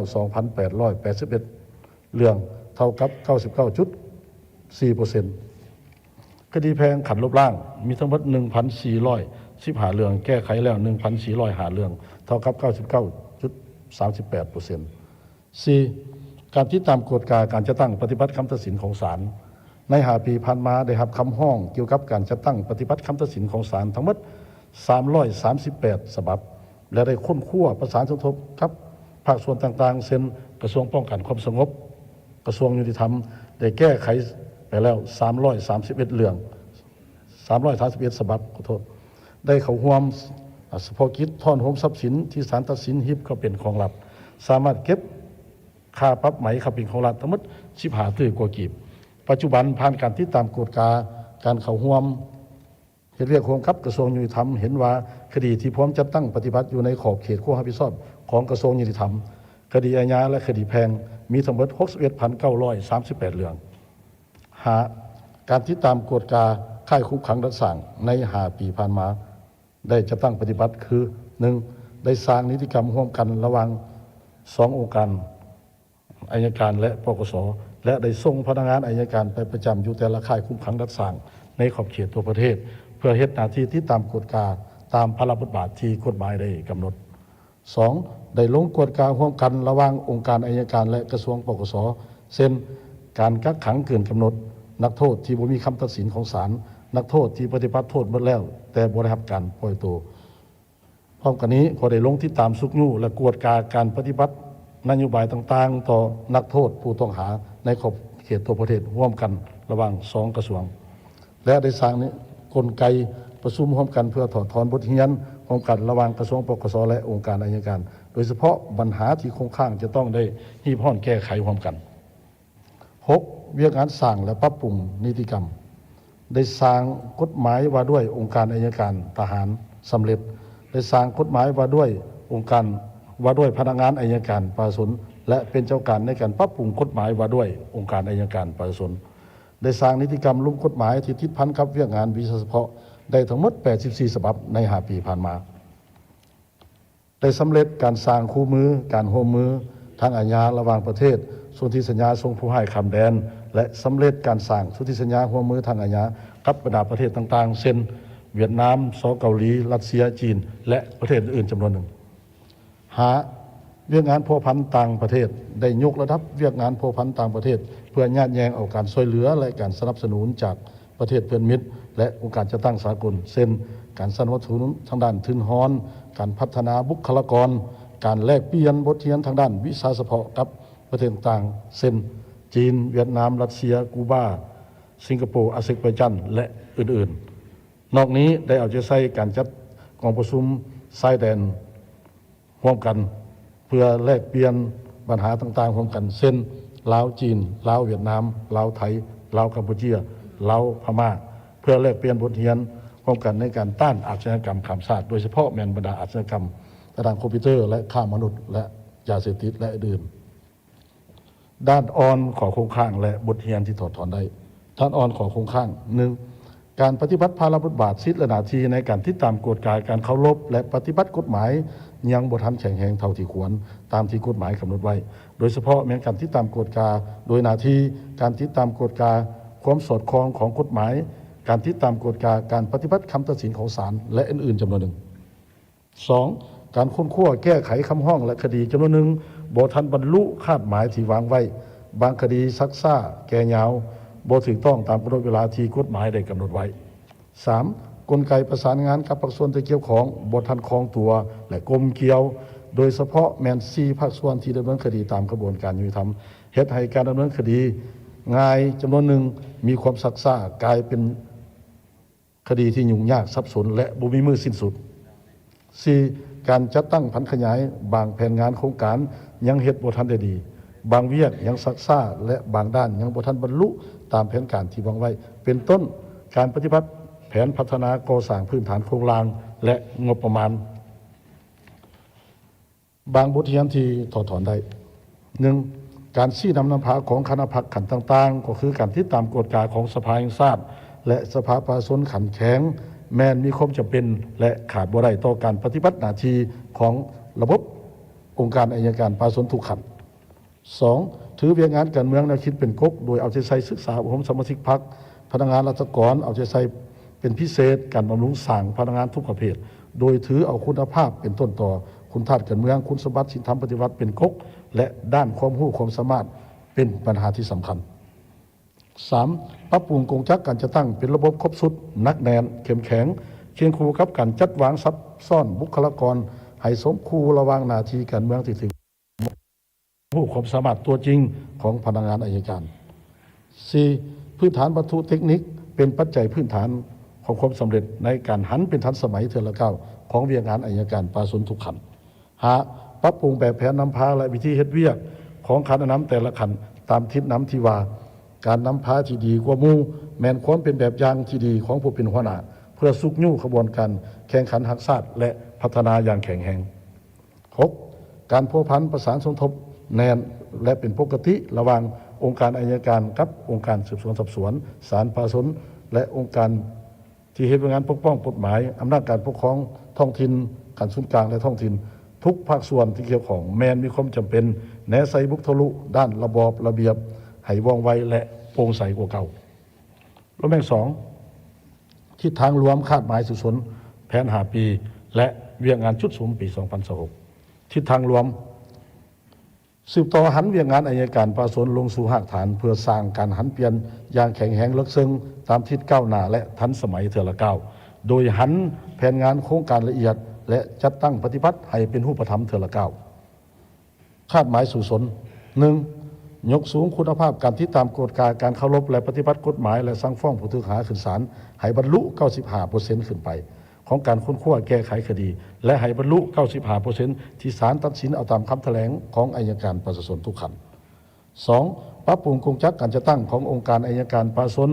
องค์การอัยการทหารขันต่างๆให้เข้มแข็งนักแน่นสามารถปฏิบัติภาระบทบาทสิทธิและหน้าที่ให้มีประสิทธิภาพสูงขึ้น 3. ทันแถวพนักงานทุกระดับขันได้รับการพัฒนาทางด้านจำนวนและคุณภาพเป็นก้าวๆโดยถือสำคัญด้านคุณธาตุการเมืองคุณสมบัติศีลธรรมปฏิบัติจรรยาบรรณจรรยธรรมไปเคียงคู่กับการยกระดับความรู้ความสามารถด้านวิชาเฉพาะภาษาต่างประเทศและด้านความรู้ด้านอื่นๆ 4. ค้นคว้าปรับปรุงกฎหมายและนิติกรรมใต้กฎหมายในขอบเขตความรับผิดชอบของตนให้สามารถตอบสนองกับความมีความต้องการหน้าที่การเมืองในระยะใหม่ ปรับปรุงกลไกและวิธีการในการที่ตามกฎการปฏิบัติกฎหมายขององค์การสืบสวนสอบสวนการสั่งฟ้องการปฏิบัติกฎหมายและการโต้เถียงในที่ประชุมศาลการปฏิบัติกฎหมายในสถานที่กักตัวกักขังศูนย์ดัดสร้างค่ายดัดสร้างการปฏิบัติคำตัดสินของศาลให้ถูกต้องตามกฎหมายที่กำหนดไว้ 6. เพิ่มทวีการจะตั้งปฏิบัติกลไกประสานงานร่วมกันเกี่ยวของเพื่อเฮ็ดให้การเคลื่อนไหวเวียงงานมีประสิทธิภาพมีประสิทธิผลสูงขึ้นกว่าเก่าทิศทางแผนการ5 ปีใน5 ปีต่อหน้าองค์การอัยการประชาชนจะซุ้มใส่ปฏิบัติ6 แผนงาน27 โครงการและ104 กิจกรรมเข้าในเวียงงานของระบบองค์การอัยการประชาชนดังนี้ 1. เวียงงานพัฒนาบุคลากรศึกษาอบรมการเมืองแนวคิดพนักงานราชการทั่วระบบอัยการประชาชนและองค์การอัยการทหารให้มีคุณธาตุการเมืองที่นักแน่นคุณสมบัติศีลธรรมปฏิบัติมีจรรยาบรรณจรรยธรรมความซื่อสัตย์บริสุทธิ์นำใจฮับไส้ประชาชนยกระดับความรู้ความสามารถทางด้านวิชาเฉพาะอย่างเป็นระบบต่อเนื่องรับประกันคุณภาพการจัดฝึกอบรมหลักสูตรพนักงานอัยการให้ได้4 ครั้งต่อปี 2. เวียกงานปรับปรุงกงจักการจะตั้งเอาใช้ปรับปรุงกงจักการจะตั้งโดยเฉพาะแมนองค์การอัยการประชาชนเขตเมืองนครให้สอดคล้องกับตำแหน่งงานตัวจริงให้เป็นระบบครบสุดนักแน่นเข้มแข็งสอดคล้องกับกฎหมายว่าด้วยองค์การอัยการประชาชนและอำนวยความสะดวกเฮ็ดให้ประชาชนได้เข้าถึงกระบวนการยุติธรรมได้หลายขึ้น 3. เวียกงานกวดกาและต้านการโซลาร์บังหลวงเอาใจใส่ที่ตามกฎกาการจะตั้งปฏิบัติมติคำสั่งกฎระเบียบของพรรคและการเคลื่อนไหวปฏิบัติหน้าที่ของบรรดาสมาชิกพรรคอย่างเป็นปกติตามแผนการก่อสร้างพรรคปลอดภัยเข้มแข็งนักแน่น 4. เวียกงานกวดกาและสั่งฟ้องผู้ถูกหาขึ้นศาล 1. ติดตามกวดกาองค์การสืบสวนสอบสวนในการดำเนินคดีตามกฎหมายเป็นต้นแม่นกันนำใส้มาตรการต่างๆสืบต่อพันขยายกลไกประสานงานเข้าสู่เวียกงานตัวจริงออกข้อกำหนดคำแนะนำด้านวิชาการจำนวนหนึ่งยกสูงคุณภาพสั่งฟ้องผู้ถูกหาขึ้นศาลและการติดตามกวดกาการปฏิบัติกฎหมายในการดำเนินคดีอยู่ศาลให้เข้มงวดยกสูงคุณภาพในการโต้เถียงในที่ประชุมศาลรับประกันการสั่งฟ้องผู้ถูกหาขึ้นศาลให้บรรลุ 95% ขึ้นไปและศาลเอาตามคำแถลง 95% ขึ้นไปเอาใจใส่ที่ตามกฎกาการจะตั้งปฏิบัติคำตัดสินของศาลเพื่อเฮ็ดให้คำตัดสินหรือคำพิพากษาของศาลที่ใช้ได้เด็ดขาดได้รับการจัดตั้งปฏิบัติอย่างถูกต้องและเข้มงวดเอาใจใส่ที่ตามกฎกาการปฏิบัติกฎหมายในสถานที่กักตัวสถานที่กักขังศูนย์ดัดสร้างค่ายดัดสร้างแนวไซสกัดกั้นการละเมิดกฎหมายหาเวียกงานพัฒนาก่อสร้างพื้นฐานโครงสร้างและงบประมาณค้นคว้าซอกหาแหล่งทุนงบประมาณเพื่อมาจัดตั้งปฏิบัติแผนพัฒนา 2026-2030 ให้ได้รับผลดี โดยเฉพาะแมนการก่อสร้างพื้นฐานโครงสร้างอยู่ขันท้องถิ่นให้เป็นระบบครบสุดและนักแน่นกว่าเก่า 6. เวียกงานพัวพันหัวมือกับต่างประเทศสืบต่อเป็นเจ้าการปฏิบัตินโยบายการพัวพันหัวมือกับประเทศต่างๆในเงื่อนไขใหม่ของพรรคเพื่อญาติแยงอาวุธเทียนทุนฮอนและเทคโนโลยีประกอบส่วนเขาในการพัฒนาเวียกงานอัยการให้ขยายตัวตามทิศก้าวหน้าและทันสมัยเทือละก้าวเอาใจใส่พิเศษพัวพันหัวมือกับบรรดาประเทศเพื่อนมิตรยุทธศาสตร์สเวียดนามจีนและประเทศอื่นๆในภาคพื้นและสากลรวมไปถึงองค์การจัดตั้งสากลเพื่อพัฒนาบุคลากรและเวียกงานอัยการให้มีบาทก้าวอันใหม่ในสุ่มปีต่อหน้าเวียกงานชุดสุมในปี 2026 1. เพิ่มทวีการศึกษาอบรมการเมืองในคิดให้ทันแถวสมาชิกพรรคพนักงานราชการอย่างเป็นชุดสุมแนวใส่ปรับปรุงคุณธาตุการเมืองความจงรักภักดีต่อพรรคต่อประเทศชาติและรับใส่ประชาชนด้วยความซื่อสัตย์บริสุทธิ์เด็ดเดียวจำกัดและต้านปรากฏการณ์ย่อท่อในทันแถวสมาชิกพรรคพนักงานราชการในระบบองค์การอัยการประชาชน 2. สุมใส่ปรับปรุงกงจักการจัดตั้งการแต่งตั้งการซับซ้อนและ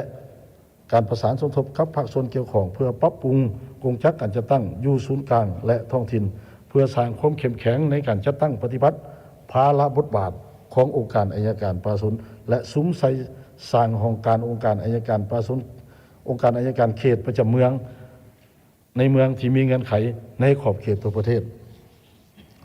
3. เพิ่มทวีการที่ตามกฎกาการปฏิบัติกฎหมายและสั่งฟ้องผู้ถูกหาขึ้นศาลยกสูงคุณภาพการที่ตามกฎกาการปฏิบัติกฎหมายขององค์การสืบสวนสอบสวนโดยเฉพาะแม้นการนำใช้วิธีการสืบสวนสอบสวนและ7มาตรการสกัดกั้นยกสูงคุณภาพการสั่งฟ้องผู้ถูกหาขึ้นศาลการที่ตามกฎกาการปฏิบัติกฎหมายการดำเนินคดีอยู่ศาลให้เข้มงวดยกสูงคุณภาพในการโต้เถียงในที่ประชุมศาลรับประกันความยุติธรรมในสังคมเอาใจใส่ที่ตามกฎกาการจะตั้งปฏิบัติคำตัดสินของศาลเพื่อเฮ็ดให้คำตัดสินหรือคำพิพากษาของศาลที่ใช้ได้เด็ดขาดได้รับการจัดตั้งปฏิบัติและทันกับกำหนดเวลาที่กำหนดไว้เอาใจใส่ที่ตามกฎกาการปฏิบัติกฎหมายในสถานที่กักตัวกักขังศูนย์ดัดสร้างค่ายดัดสร้างแนวใส่จำกัดการละเมิดกฎหมาย 4. สร้างกลไกเฮ็ดให้ประชาชนได้เข้าถึงการบริการทางด้านกฎหมายและหันเอาพนักงานขันกรมลงติดตามซี่นำพาและสุกยู่การปฏิบัติหน้าที่อย่างรอบด้านอยู่บรรดาองค์การอัยการประชาชนขันท้องถิ่นเพื่อประกันการจะตั้งปฏิบัติภาระบทบาทสิทธิและหน้าที่ให้มีคุณภาพสูงขึ้นกว่าเก่าหาเป็นใจกลางในการประสานสมทบภาคส่วนต่างๆเพื่อเฮ็ดให้กลไกประสานงานได้รับการจัดตั้งปฏิบัติให้สอดคล้องกลมเกลียวมีความเป็นเอกภาพและจัดตั้งปฏิบัติบทบันทึกความ4ภาคส่วนเกี่ยวกับการดำเนินคดีตามกระบวนการยุติธรรมขั้นที่ 7ให้เกิดดอกออกผล6สืบต่อเอาใจใส่สร้างปรับปรุงกฎหมายและนิติกรรมใต้กฎหมายตามแผนที่วางไว้เป็นต้นปรับปรุงกฎหมายว่าด้วยการดำเนินคดีอาญาและสร้างกฎหมายว่าด้วยหลักฐานขึ้นใหม่7สืบต่อเอาใจใส่พัฒนาพื้นฐานโครงล่างขององค์การอัยการประชาชนแต่ศูนย์กลางห้องท้องถิ่นอย่างมีจุดสมและเล็งใส่บรรดาแข็งที่กำหนดในแผนพัฒนาเวียกงานอัยการ8เพิ่มทวีเวียกงานกวดกาภายในเป็นปกติเข้มงวดขึ้นกว่าเก่าพร้อมทั้งยกระดับความรู้ความสามารถในเวียกงานกวดกาให้แก่พนักงานที่เวียกงานดังเก่าให้แข็งแรงและมีลักษณะวิทยาศาสตร์9สืบต่อเวียกงานพัวพันหัวมือกับต่างประเทศเพื่อญาติแยงเอาทุนฮ้อนเทคนิคเขาในการพัฒนาเวียกงานอัยการประชาชนให้ก้าวหน้าและทันสมัยเทื่อละก้าวบรรดาท่านที่นับถือและหักแพงทั้งหมดนั้นแมนการรายงานการเคลื่อนไหวขององค์การอัยการประชาชนใน5 ปี 2021-2025 และทิศทาง5 ปี 2026-2030 และการเคลื่อนไหว 2025 และทิศทางฮอด 2026 ตั้งหน้าคณะนำองค์การอัยการประชาชนสูงสุดข้าพเจ้าขอแสดงความรู้บุญคุณเป็นอย่างสูงมายังกรมการเมืองศูนย์กลางพรรคสภาแห่งชาติที่ได้ชี้นำใกล้ชิดทิศแท้เฮ็ดให้องค์การอัยการประชาชนมีความเติบใหญ่เข้มแข็งสามารถปฏิบัติหน้าที่ของตนมีผลสำเร็จเป็นก้าวๆอวยพรให้ท่านประธานคณะประธานจงมีสุขภาพเข้มแข็งมีพลานามัยสมบูรณ์มีผลผาสุขในชีวิตส่วนตัวและครอบครัวอวยพรให้กองประชุมสำเร็จสามัญเทือที่10ของสภาแห่งชาติทั้งที่9จงดำเนินไปด้วยผลสำเร็จอันจบงามขอขอบใจ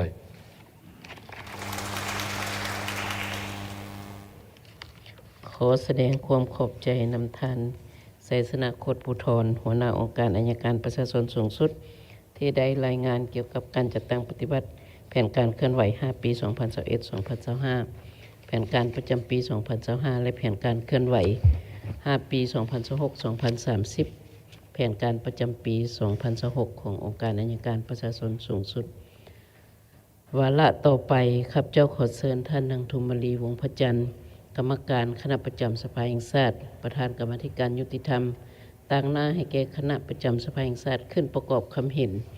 ต่อบทรายงานของศาลประชาชนสูงสุดและองค์การอัยการประชาชนสูงสุดใช้เวลาบ่เกิน25 นาทีขอเชิญ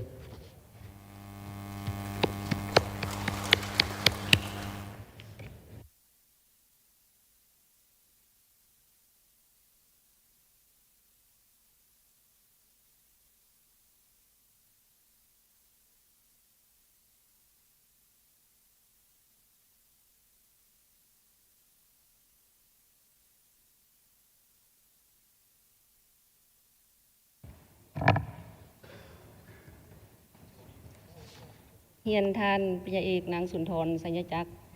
เลขาธิการศูนย์กลางพรรครองประธานสภาแห่งชาติประธานกองประชุมที่เคารพเป็นนับถืออย่างสูงประธานรองประธานคณะประธานกองประชุมท่านประธานศาลประชาชนสูงสุดท่านหัวหน้าองค์การอัยการประชาชนสูงสุดที่นับถืออย่างสูงประธานสมาชิกสภาแห่งชาติแขกที่มีเกียรติที่นับถือและฮักแพงข้าพเจ้ามีความภาคภูมิใจและถือเป็นเกียรติอย่างสูงที่ได้รับมอบหมายจากท่านประธานกองประชุมให้ต่างหน้าคณะประจำสภาแห่งชาติ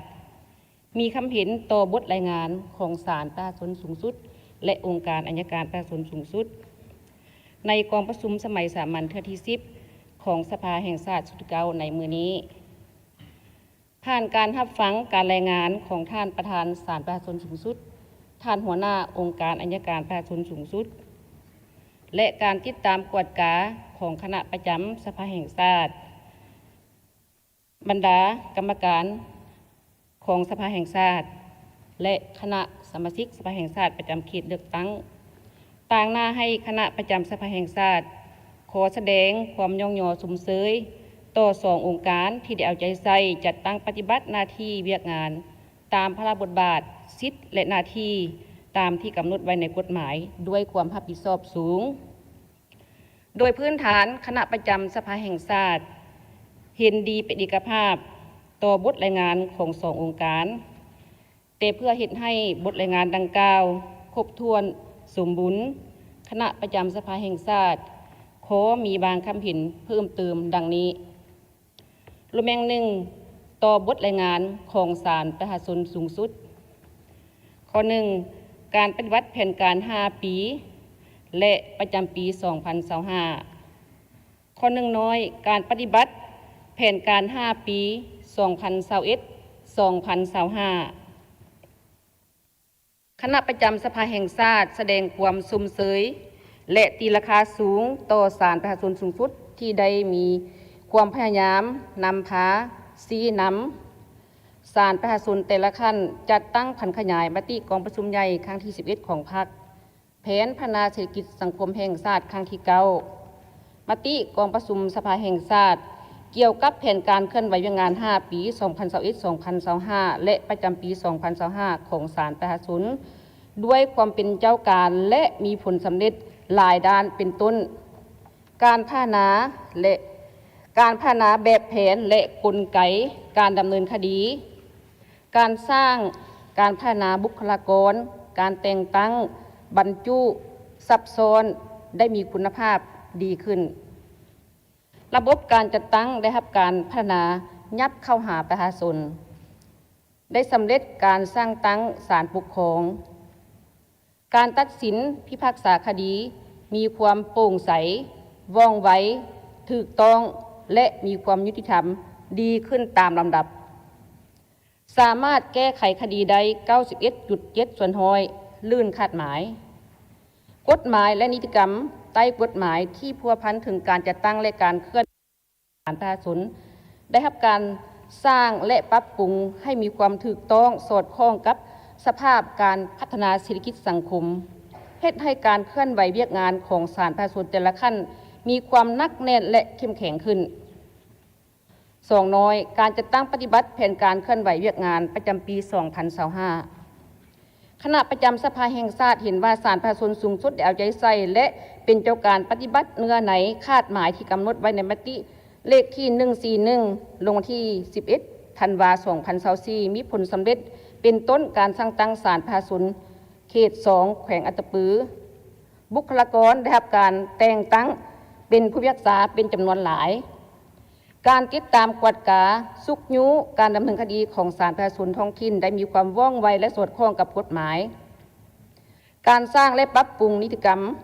เพื่อเป็นบ่อนอิงให้แก่การเคลื่อนไหวเวียกงานของศาลโดยเฉพาะแม่นกลไกการค้นคว้าคำร้องและการพิจารณาคดีฮื้อฟื้นตามกฎหมายว่าด้วยการดำเนินคดีแพ่งฉบับปรับปรุงปี 2024 ได้มีการหันเปลี่ยนอย่างต่างหน้ามาตรฐานที่นับถือและหักแพงเคียงคู่กับด้านดีและผลสำเร็จที่กล่าวมานั้นคณะประจำสภาแห่งชาติยังสังเกตเห็นว่าการจัดตั้งปฏิบัติแผนการ 5 ปีผ่านมาและเวียกงานประจำปี 2025 ของศาลประชาชนสูงสุดยังมีบางด้านบ่ทันบรรลุตามแผนการที่กำหนดไว้และควรสืบต่อเอาใจใส่ดังนี้ 1. การสรุปตีราคาการจัดตั้งปฏิบัติแผนพัฒนา 5 ปีครั้งที่ 4 2021-2025 ของศาลประชาชนยังมีลักษณะรวมๆผลได้รับในแต่ละกิจกรรมที่วางไว้บ่ทันมีตัวชี้บอกที่ครบถ้วน 2. การสร้างผู้พิพากษาดีเก่งบ่ทันรับประกันคุณภาพถึงว่าศาลประชาชนสูงสุดได้เอาใจใส่ศึกษาอบรมกันเหมือนแนวคิดให้ผู้พิพากษาพนักงานราชการแต่การหันเปลี่ยนอย่างทักษะการบำรุงสร้างยกระดับความรู้ความสามารถด้านวิชาเฉพาะให้แก่ผู้พิพากษาและพนักงานของศาลประชาชนยังบ่ทันทั่วถึงผู้พิพากษาที่เป็นเชี่ยวชาญเป็นมืออาชีพเฉพาะด้านยังมีจำนวนจำกัดการติดตามกวดกาการประเมินการปฏิบัติหน้าที่เวียกงานของผู้พิพากษาและพนักงานของศาลประชาชนบ่ทันครบถ้วนและเข้มงวดตามหลักการจึงเห็นให้การตัดสินพิพากษาคดีจำนวนหนึ่งบ่ทันรับประกันความโปร่งใสความยุติธรรมความถูกต้องตามกฎหมายและความเป็นจริงเฮ็ดให้คำตัดสินของศาลที่ใช้ได้อย่างเด็ดขาดแต่บ่สามารถจัดตั้งปฏิบัติได้มีจำนวนหลวงหลายพาให้มีห่างเสียงของสังคมต่อปัญหาจรรยาบรรณจรรยธรรมในการปฏิบัติหน้าที่เวียกงานของผู้พิพากษาก็คือศาลประชาชนขั้นต่างๆ 3. กงจักการจัดตั้งของศาลประชาชนถึงบ่ได้มีการปรับปรุงแต่อิงใส่ความเพียงพ้องต้องการของสังคมเป็นต้นการขยายการจัดตั้งของศาลเขตการสร้างหน่วยงานของศาล เขตประจำเมืองให้ยับเข้าหาประชาชนและการสร้างตั้งคณะศาลเด็กบ่ทันบรรลุตามแผนการที่กำหนดไว้ 4. การกวดกาการดำเนินคดีของศาลแต่ละขั้นยังบ่ทันได้เฮ็ดได้ดีคำตัดสินจำนวนหนึ่งยังมีเนื้อในบ่ทันจะแจ้งข้อขัดแย้งเดียวกันมีทางดำเนินเป็นคดีอาญาและคดีแพ่งที่มีเนื้อในขัดกันบางกรณีทางอาญากำลังดำเนินอยู่ซึ่งมีผลต่อการดำเนินทางแพ่งแต่ทางแพ่งพัดเร่งตัดสินและปฏิบัติก่อนการพิจารณาคดีของศาลประชาชนสูงสุดที่เฮ็ดบทบาทพิพากษาคดีเป็นขั้นลบล้างและก็เฮ็ดพละบทบาทพิพากษาคดีเป็นขั้นฮือฟื้นยังเห็นว่าบางกรณีการพิจารณาคดีในคู่กรณีเดียวกันข้อขัดแย้งเดียวกันแต่พิพากษาบ่เอกภาพกันซึ่งมีบางคดีมีคำตัดสินคำพิพากษาถึง13ครั้งนำไส้ผู้พิพากษา39ท่านพาให้การดำเนินคดีลบไปลบมาหลายเทื่อแก้ยาเวลาบ่เป็นที่สิ้นสุดเหตุให้ประชาชนอับประโยชน์ 5. การโฆษณาเผยแพร่เสื่อมซึมบรรดากฎหมายนิติกรรมที่เกี่ยวข้องกับการดำเนินคดีให้แก่ผู้พิพากษาและพนักงานของศาลยังบ่ทันลึกซึ้งและทั่วถึงข้อ 2. ทิศทางแผนการ5 ปี 2026 2030 และเวียกงานจุดสุมปี 2026 คณะประจำสภาแห่งชาติเห็นดีเป็นเอกภาพโดยพื้นฐานต่อทิศทางแผนการ 5 ปี 2026-2030 ซึ่งกำหนด 5 แผนงาน23โครงการ 77 กิจกรรมที่จะนำเสนอต่อกองประชุมครั้งปฐมฤกษ์ของสภาแห่งชาติสุดที่ 10 แต่เสนอให้ศาลประชาชนกวดกาคืนแผนงานโครงการกิจกรรมที่กำหนดไว้อยู่ในแผน 5 ปีผ่านมาโดยเฉพาะแม่นเวียกที่บ่ทันสามารถจัดตั้งปฏิบัติได้และยังมีจักเวียกจักคาดหมายที่จะสืบต่อปฏิบัติเพื่อเป็นบ่อนอิงให้แก่การกำหนดทิศทางใน5 ปีต่อหน้าให้มีความถูกต้องทั้งสอดคล้องและเสื่อมสารเข้ากับแผนพัฒนาเศรษฐกิจสังคมแห่งชาติครั้งที่ 10และก็ให้เป็นแผนที่สามารถจัดตั้งปฏิบัติได้ตัวจริงสำหรับทิศทางแผนการเวียกงานทุดสุมปี 2026 คณะประจำสภาแห่งชาติขอแสดงความสุมเสยและเป็นเอกภาพต่อการกำหนดคือดังกล่าวเพราะเป็นปีทำอิฐของการจัดตั้งปฏิบัติแผนการ 5 ปี 2026-2030 แต่เพื่อเฮ็ดให้ทิศทางแผนการดังกล่าวได้รับการจัดตั้งปฏิบัติมีผลสำเร็จคณะประจำสภาแห่งชาติเสนอบางความเห็นดังนี้ 1. ให้เป็นเจ้าการพันขยายและนำพาจัดตั้งปฏิบัติมติกองประชุมใหญ่ครั้งที่ 12 ของพรรคมติกองประชุมใหญ่ครั้งที่ 5 ขององค์คณะพรรคศาลประชาชนสูงสุดมติกองประชุมสภาแห่งชาติสมัยที่ 10 และแผนพัฒนาเศรษฐกิจสังคมแห่งชาติครั้งที่ 10 ให้มีประสิทธิภาพและประสิทธิผล 2. เพิ่มทวีการศึกษาองค์ความการเมืองแนวคิดจรรยาบรรณจริยธรรมให้แก่ผู้พิพากษาพนักงานองค์กรของศาลประชาชนแต่ละขั้นติดพันกับการบำรุงยกระดับด้านวิสัยเฉพาะความรู้ความสามารถทักษะในการค้นคว้าคดีก็คือความเป็นแบบอย่างในการเคารพและปฏิบัติกฎหมายอย่างเข้มงวดเพื่อให้ประกันให้การปฏิบัติพระบทบาทสิทธิหน้าที่ของศาลประชาชนแต่ละขั้นให้มีความหนักแน่นและเข้มแข็งสามารถปฏิบัติพระบทบาทตามที่กฎหมายได้กำหนดไว้พร้อมทั้งเอาใจใส่ติดตามกวดกาประเมินเพื่อเลือกเฟ้นให้ได้ผู้พิพากษาดีเก่งตอบสนองกับหน้าที่การเมืองในระยะใหม่ 3. สุ่มใส่ค้นคว้าปรับปรุงกงจักการจัดตั้งของศาลประชาชนแต่ละขั้นให้เป็นระบบเหมาะสมและสอดคล้องกับการปรับปรุงองค์การปกครองท้องถิ่นตามรัฐธรรมนูญฉบับปรับปรุงปี 2025 เพื่อสร้างเงื่อนไขและอำนวยความสะดวกการเข้าถึงกระบวนการยุติธรรมของประชาชนให้หลายขึ้น 4. สืบต่อยกสูงคุณภาพในการดำเนินคดีของศาลประชาชนให้รับประกันความถูกต้องตามหลักการของการดำเนินคดีครบถ้วนรอบด้านและภาวะวิสัยถูกต้องเป็นธรรมตามกฎหมายและความเป็นจริงรับประกันการดำเนินคดีให้มีคุณภาพพร้อมทั้งสุ่มใส่ค้นคว้าปรับปรุงกลไกรูปการและวิธีการในการกวดกาคำตัดสินคำพิพากษาของศาลที่มีการละเมิดกฎหมายคำตัดสินหรือคำพิพากษาที่มีเนื้อในบ่จะแจ้งหรือมีเนื้อในขัดกันซึ่งเป็นสาเหตุให้การปฏิบัติคำตัดสินของศาลมีความยุ่งยากหรือบ่สามารถจัดตั้งปฏิบัติได้นั้น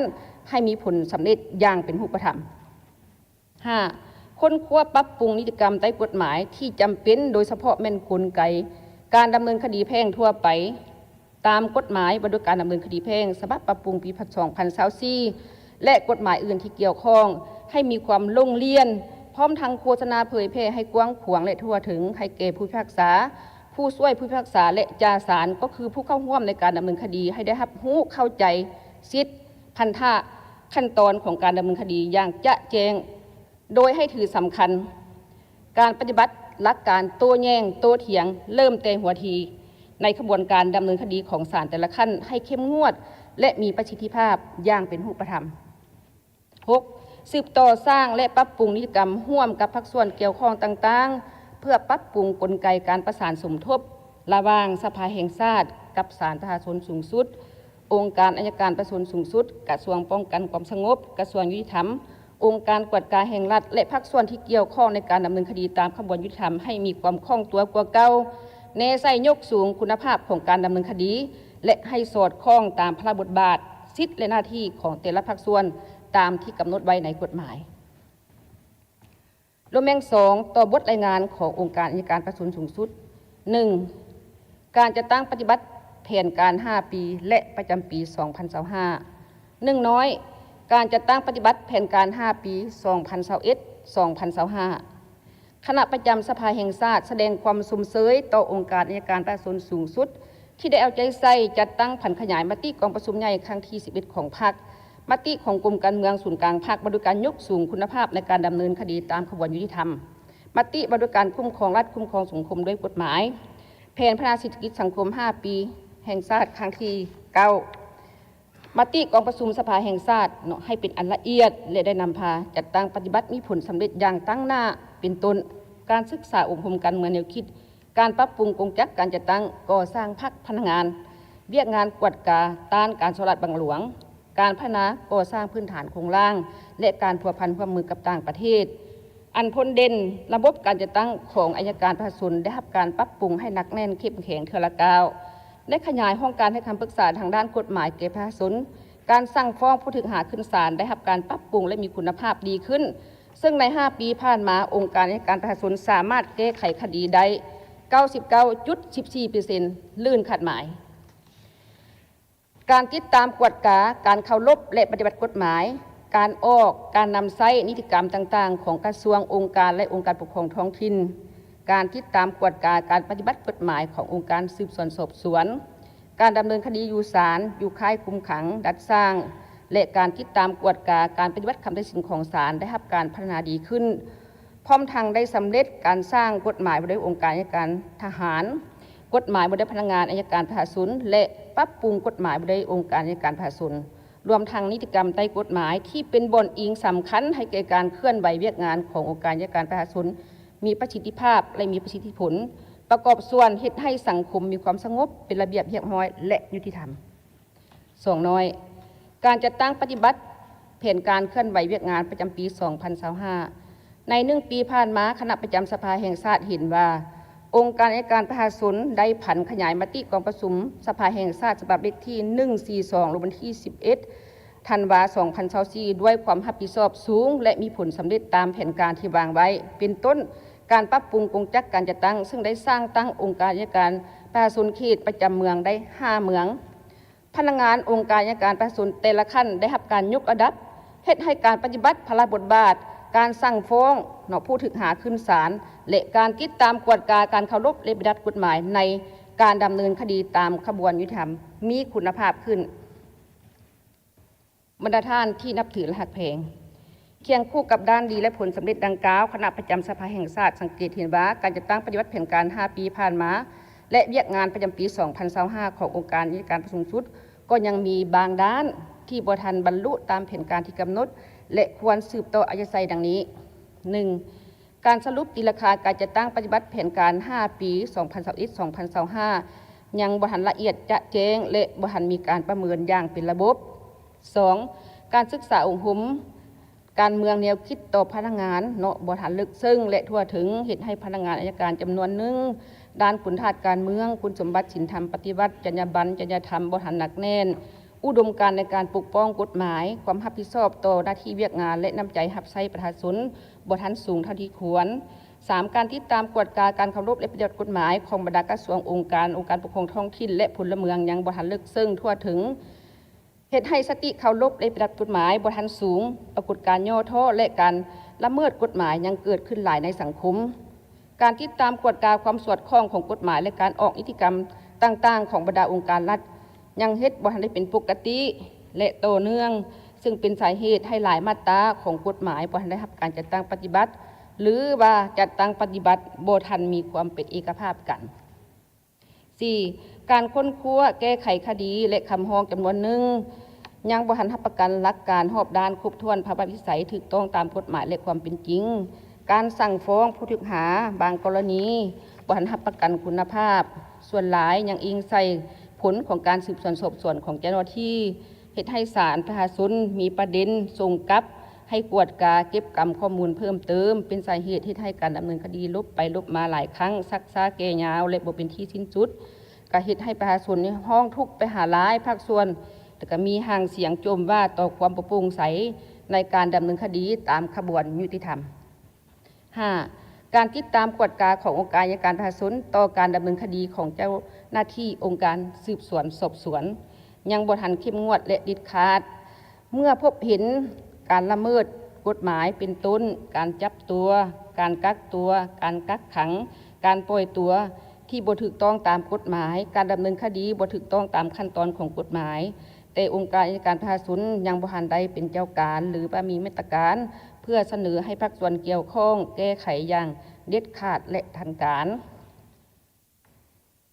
6. การปฏิบัติกฎหมายอยู่สถานที่กักตัวสถานที่กักขังศูนย์ดัดสร้างค่ายดัดสร้างเห็นว่ายังมีสภาพ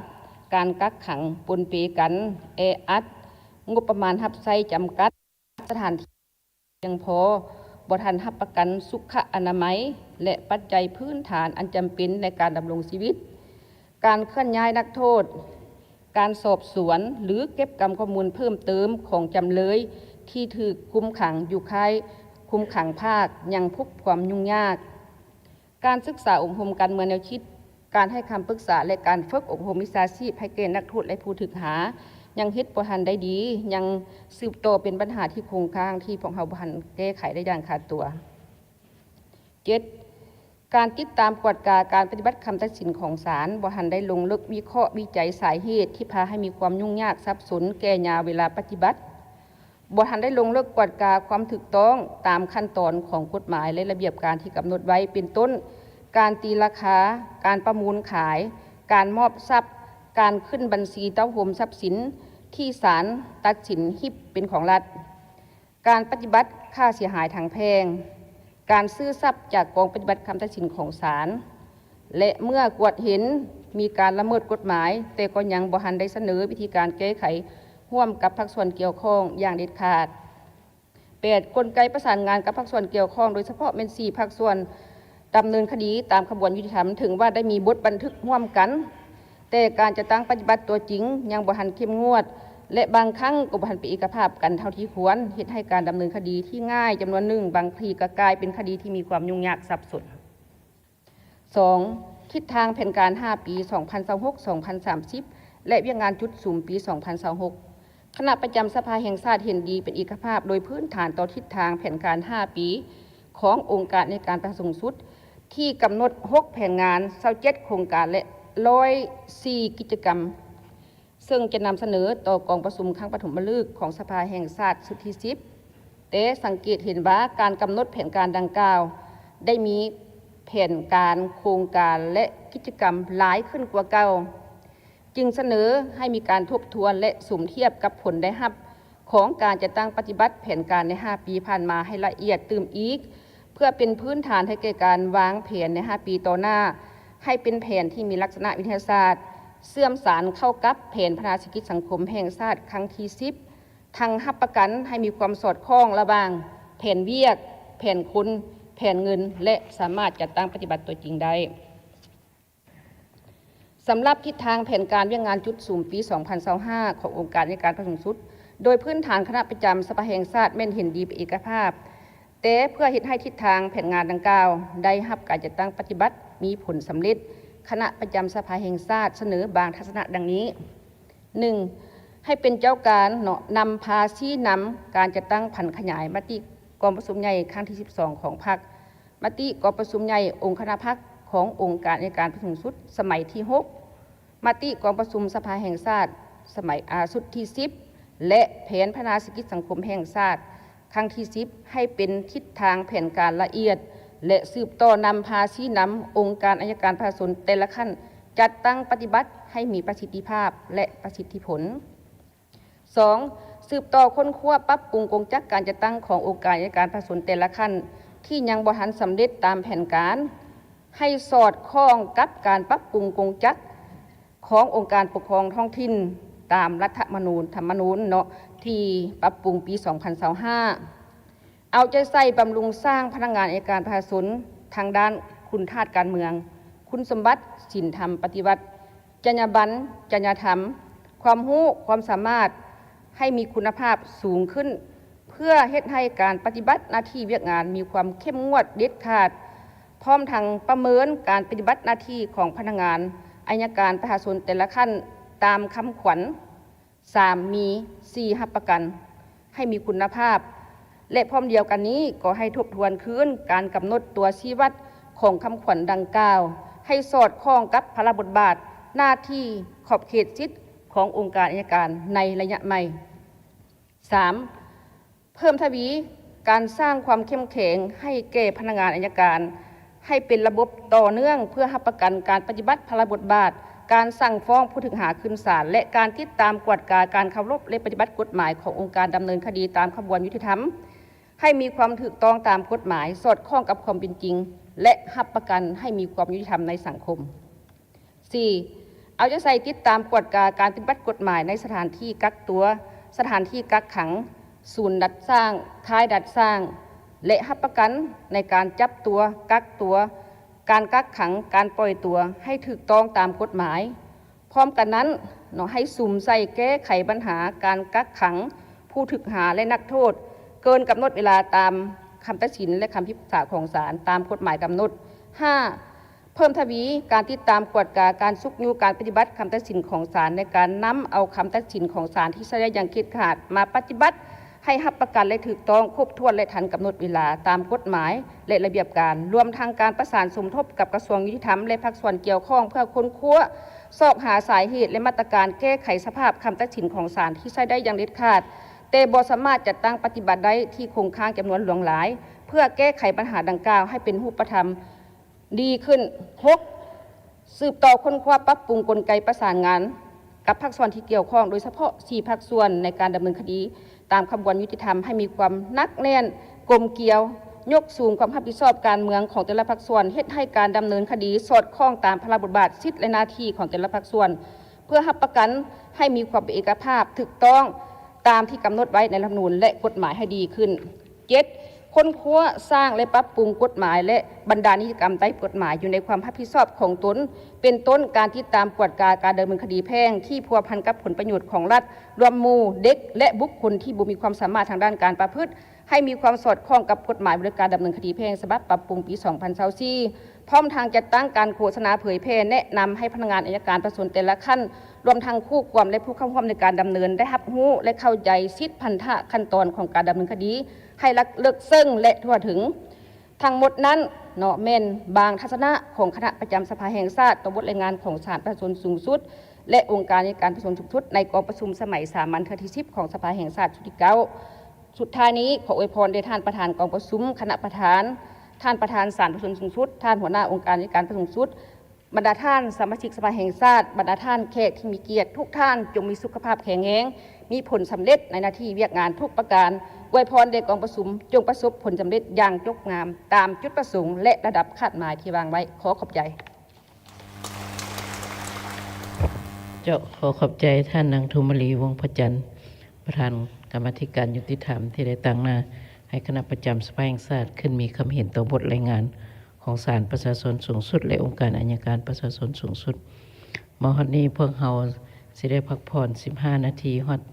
15:40จึงเข้ามาใหม่เนาะขอเชิญพักผ่อน ท่านผู้ชมที่เคารพขณะนี้ท่านกำลังติดตามรับชมการถ่ายทอดสดวาระการดำเนินกองประชุมสมัยสามัญเทือที่10ของสภาแห่งชาติสุดที่9อยู่ที่ห้องประชุมใหญ่สภาแห่งชาตินครหลวงวิจันทร์ และผ่านไปนั้นก็เป็นบทรายงาน2บทรายงานซึ่งในบทรายงานทำอีกก็เป็นการเคลื่อนไหวเวียกงาน5ปีและทิศทาง5ปีต่อหน้าท่านนางเวียงทองศรีพันดรประธานศาลประชาชนสูงสุดก็มีการรายงานโดยในการตีราคาด้านตั้งหน้านั้นการพัฒนาแบบแผนกลไกการดำเนินคดีของศาลประชาชนสูงสุดนี่เห็นว่าแมนได้มีเอาใจใส่ในการพัฒนาแบบแผนและก็กลไกการดำเนินคดี โดยสุ่มใส่เวียกงานเช่นว่าการปรับปรุงกลไกจราจรเอกสารอยู่ศาลประชาชนสูงสุดนอกจากนั้นก็ได้พิจารณาคำตัดสินโดยผู้พิพากษาผู้เดียวได้910 เรื่องแล้วก็มีการเอาใจใส่สุกโยติดตามศาลประชาชนท้องถิ่นในการดำเนินคดีให้ถูกต้องตามกฎหมาย ซึ่งอยู่ในระยะ5ปีผ่านมานี่เห็นว่ามีคดีเข้ามาศาลประชาชนและก็ศาลทหารทั้งหมดในทุกขั้นในทั่วประเทศนี้แม่นทั้งหมด 35,068 เรื่องด้วยกันแล้วก็มีการแก้ไขไปแล้ว 31,937 เรื่องเท่ากับ 91.7 ส่วนห้อยในภาคแผนทิศทางการเคลื่อนไหวแต่ละด้านเพชรอุดมก็เห็นว่าเพื่อเฮ็ดแนวใดให้แก่ทิศทางรวมคาดหมายสู่ศูนย์นี้ได้รับการปฏิบัติในการสืบต่อจะตั้งผันขยายมติ04ว่าด้วยการสร้างเศรษฐกิจเอกราชเป็นเจ้าตนเองในอีก5ปีต่อหน้านั้น5ปีต่อหน้าก็คือ2026จนฮอด2030นี้สร้างศาลประชาชนโดยจะสุ่มใส่ปฏิบัติอยู่5แผนงาน23โครงการและก็77กิจกรรมต้นต่อด้วยกันเจ้าถัดจากนั้นทานศาสนาโคตรภูธรหัวหน้าองค์การอัยการประชาชนสูงสุดก็ได้ขึ้นรายงานเกี่ยวกับการจัดตั้งปฏิบัติแผนการเคลื่อนไหวเวียกงาน5ปีคือปี 2021-2025 ประจำปี 2025 และแผนการเคลื่อนไหว5ปี 2026-2030 ประจำปี 2026 ซึ่งในนั้นเพิ่นก็ได้ขึ้นรายงานเกี่ยวกับเวียกงานการกวดกาและการต้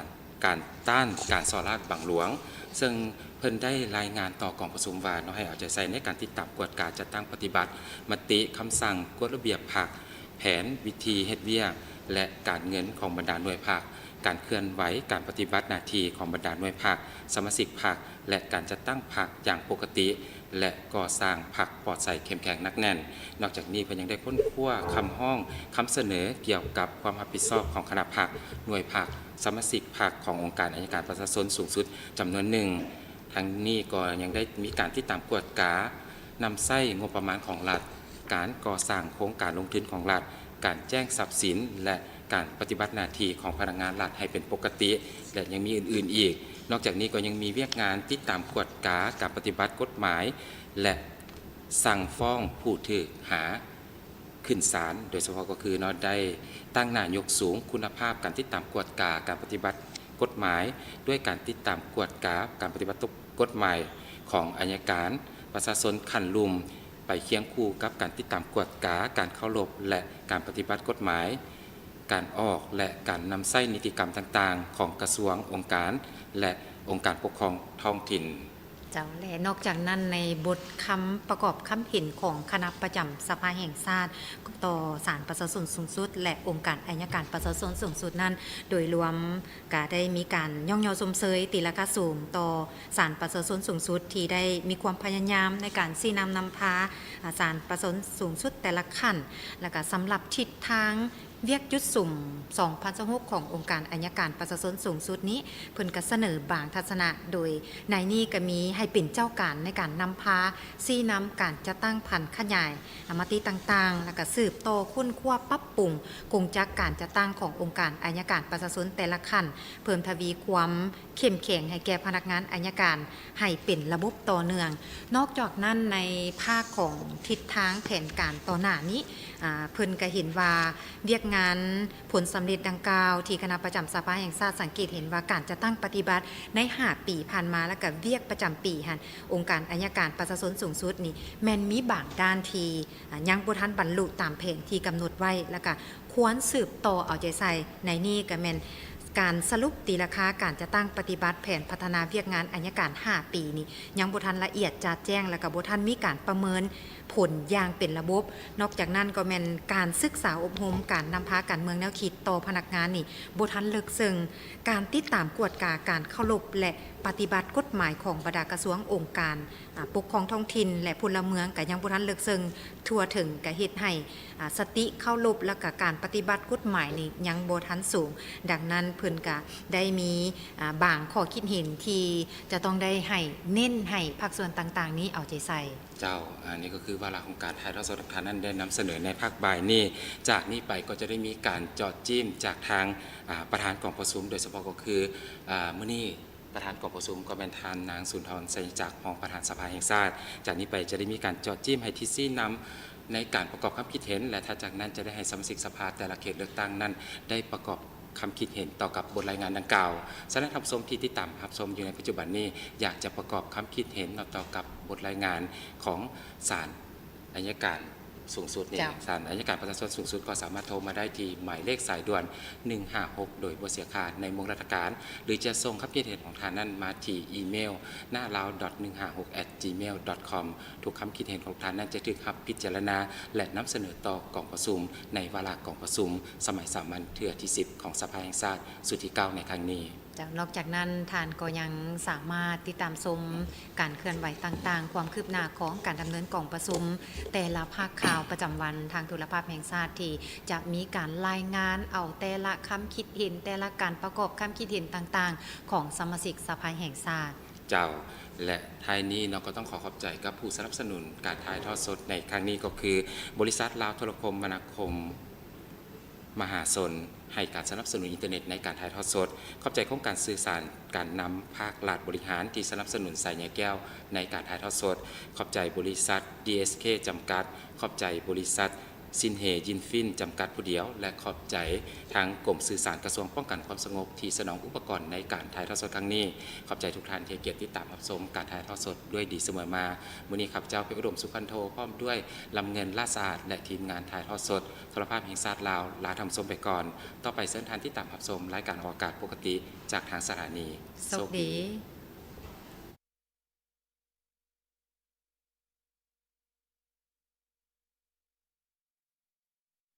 Tourist SIM at any Lao Telecom customer service branch in Laos.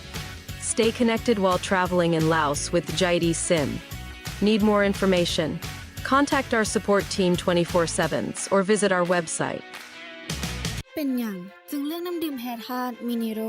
เพราะเป็นน้ำแฮธาตุบริสุทธิ์ที่มาจากบ่อน้ำธรรมชาติภูพึงแห่งหลวงพระบางบรรจุขวดใกล้กับแหล่งน้ำในโรงงานที่ได้มาตรฐานสากลนำใช้เครื่องมือผลิตที่ทันสมัยที่มีการออกแบบเฉพาะของน้ำดื่มแฮธาตุมินิโร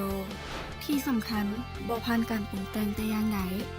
นี่แหละเหตุผลที่ต้องเลือกน้ำดื่มแฮธาตุมินิโรของขวัญจากธรรมชาติ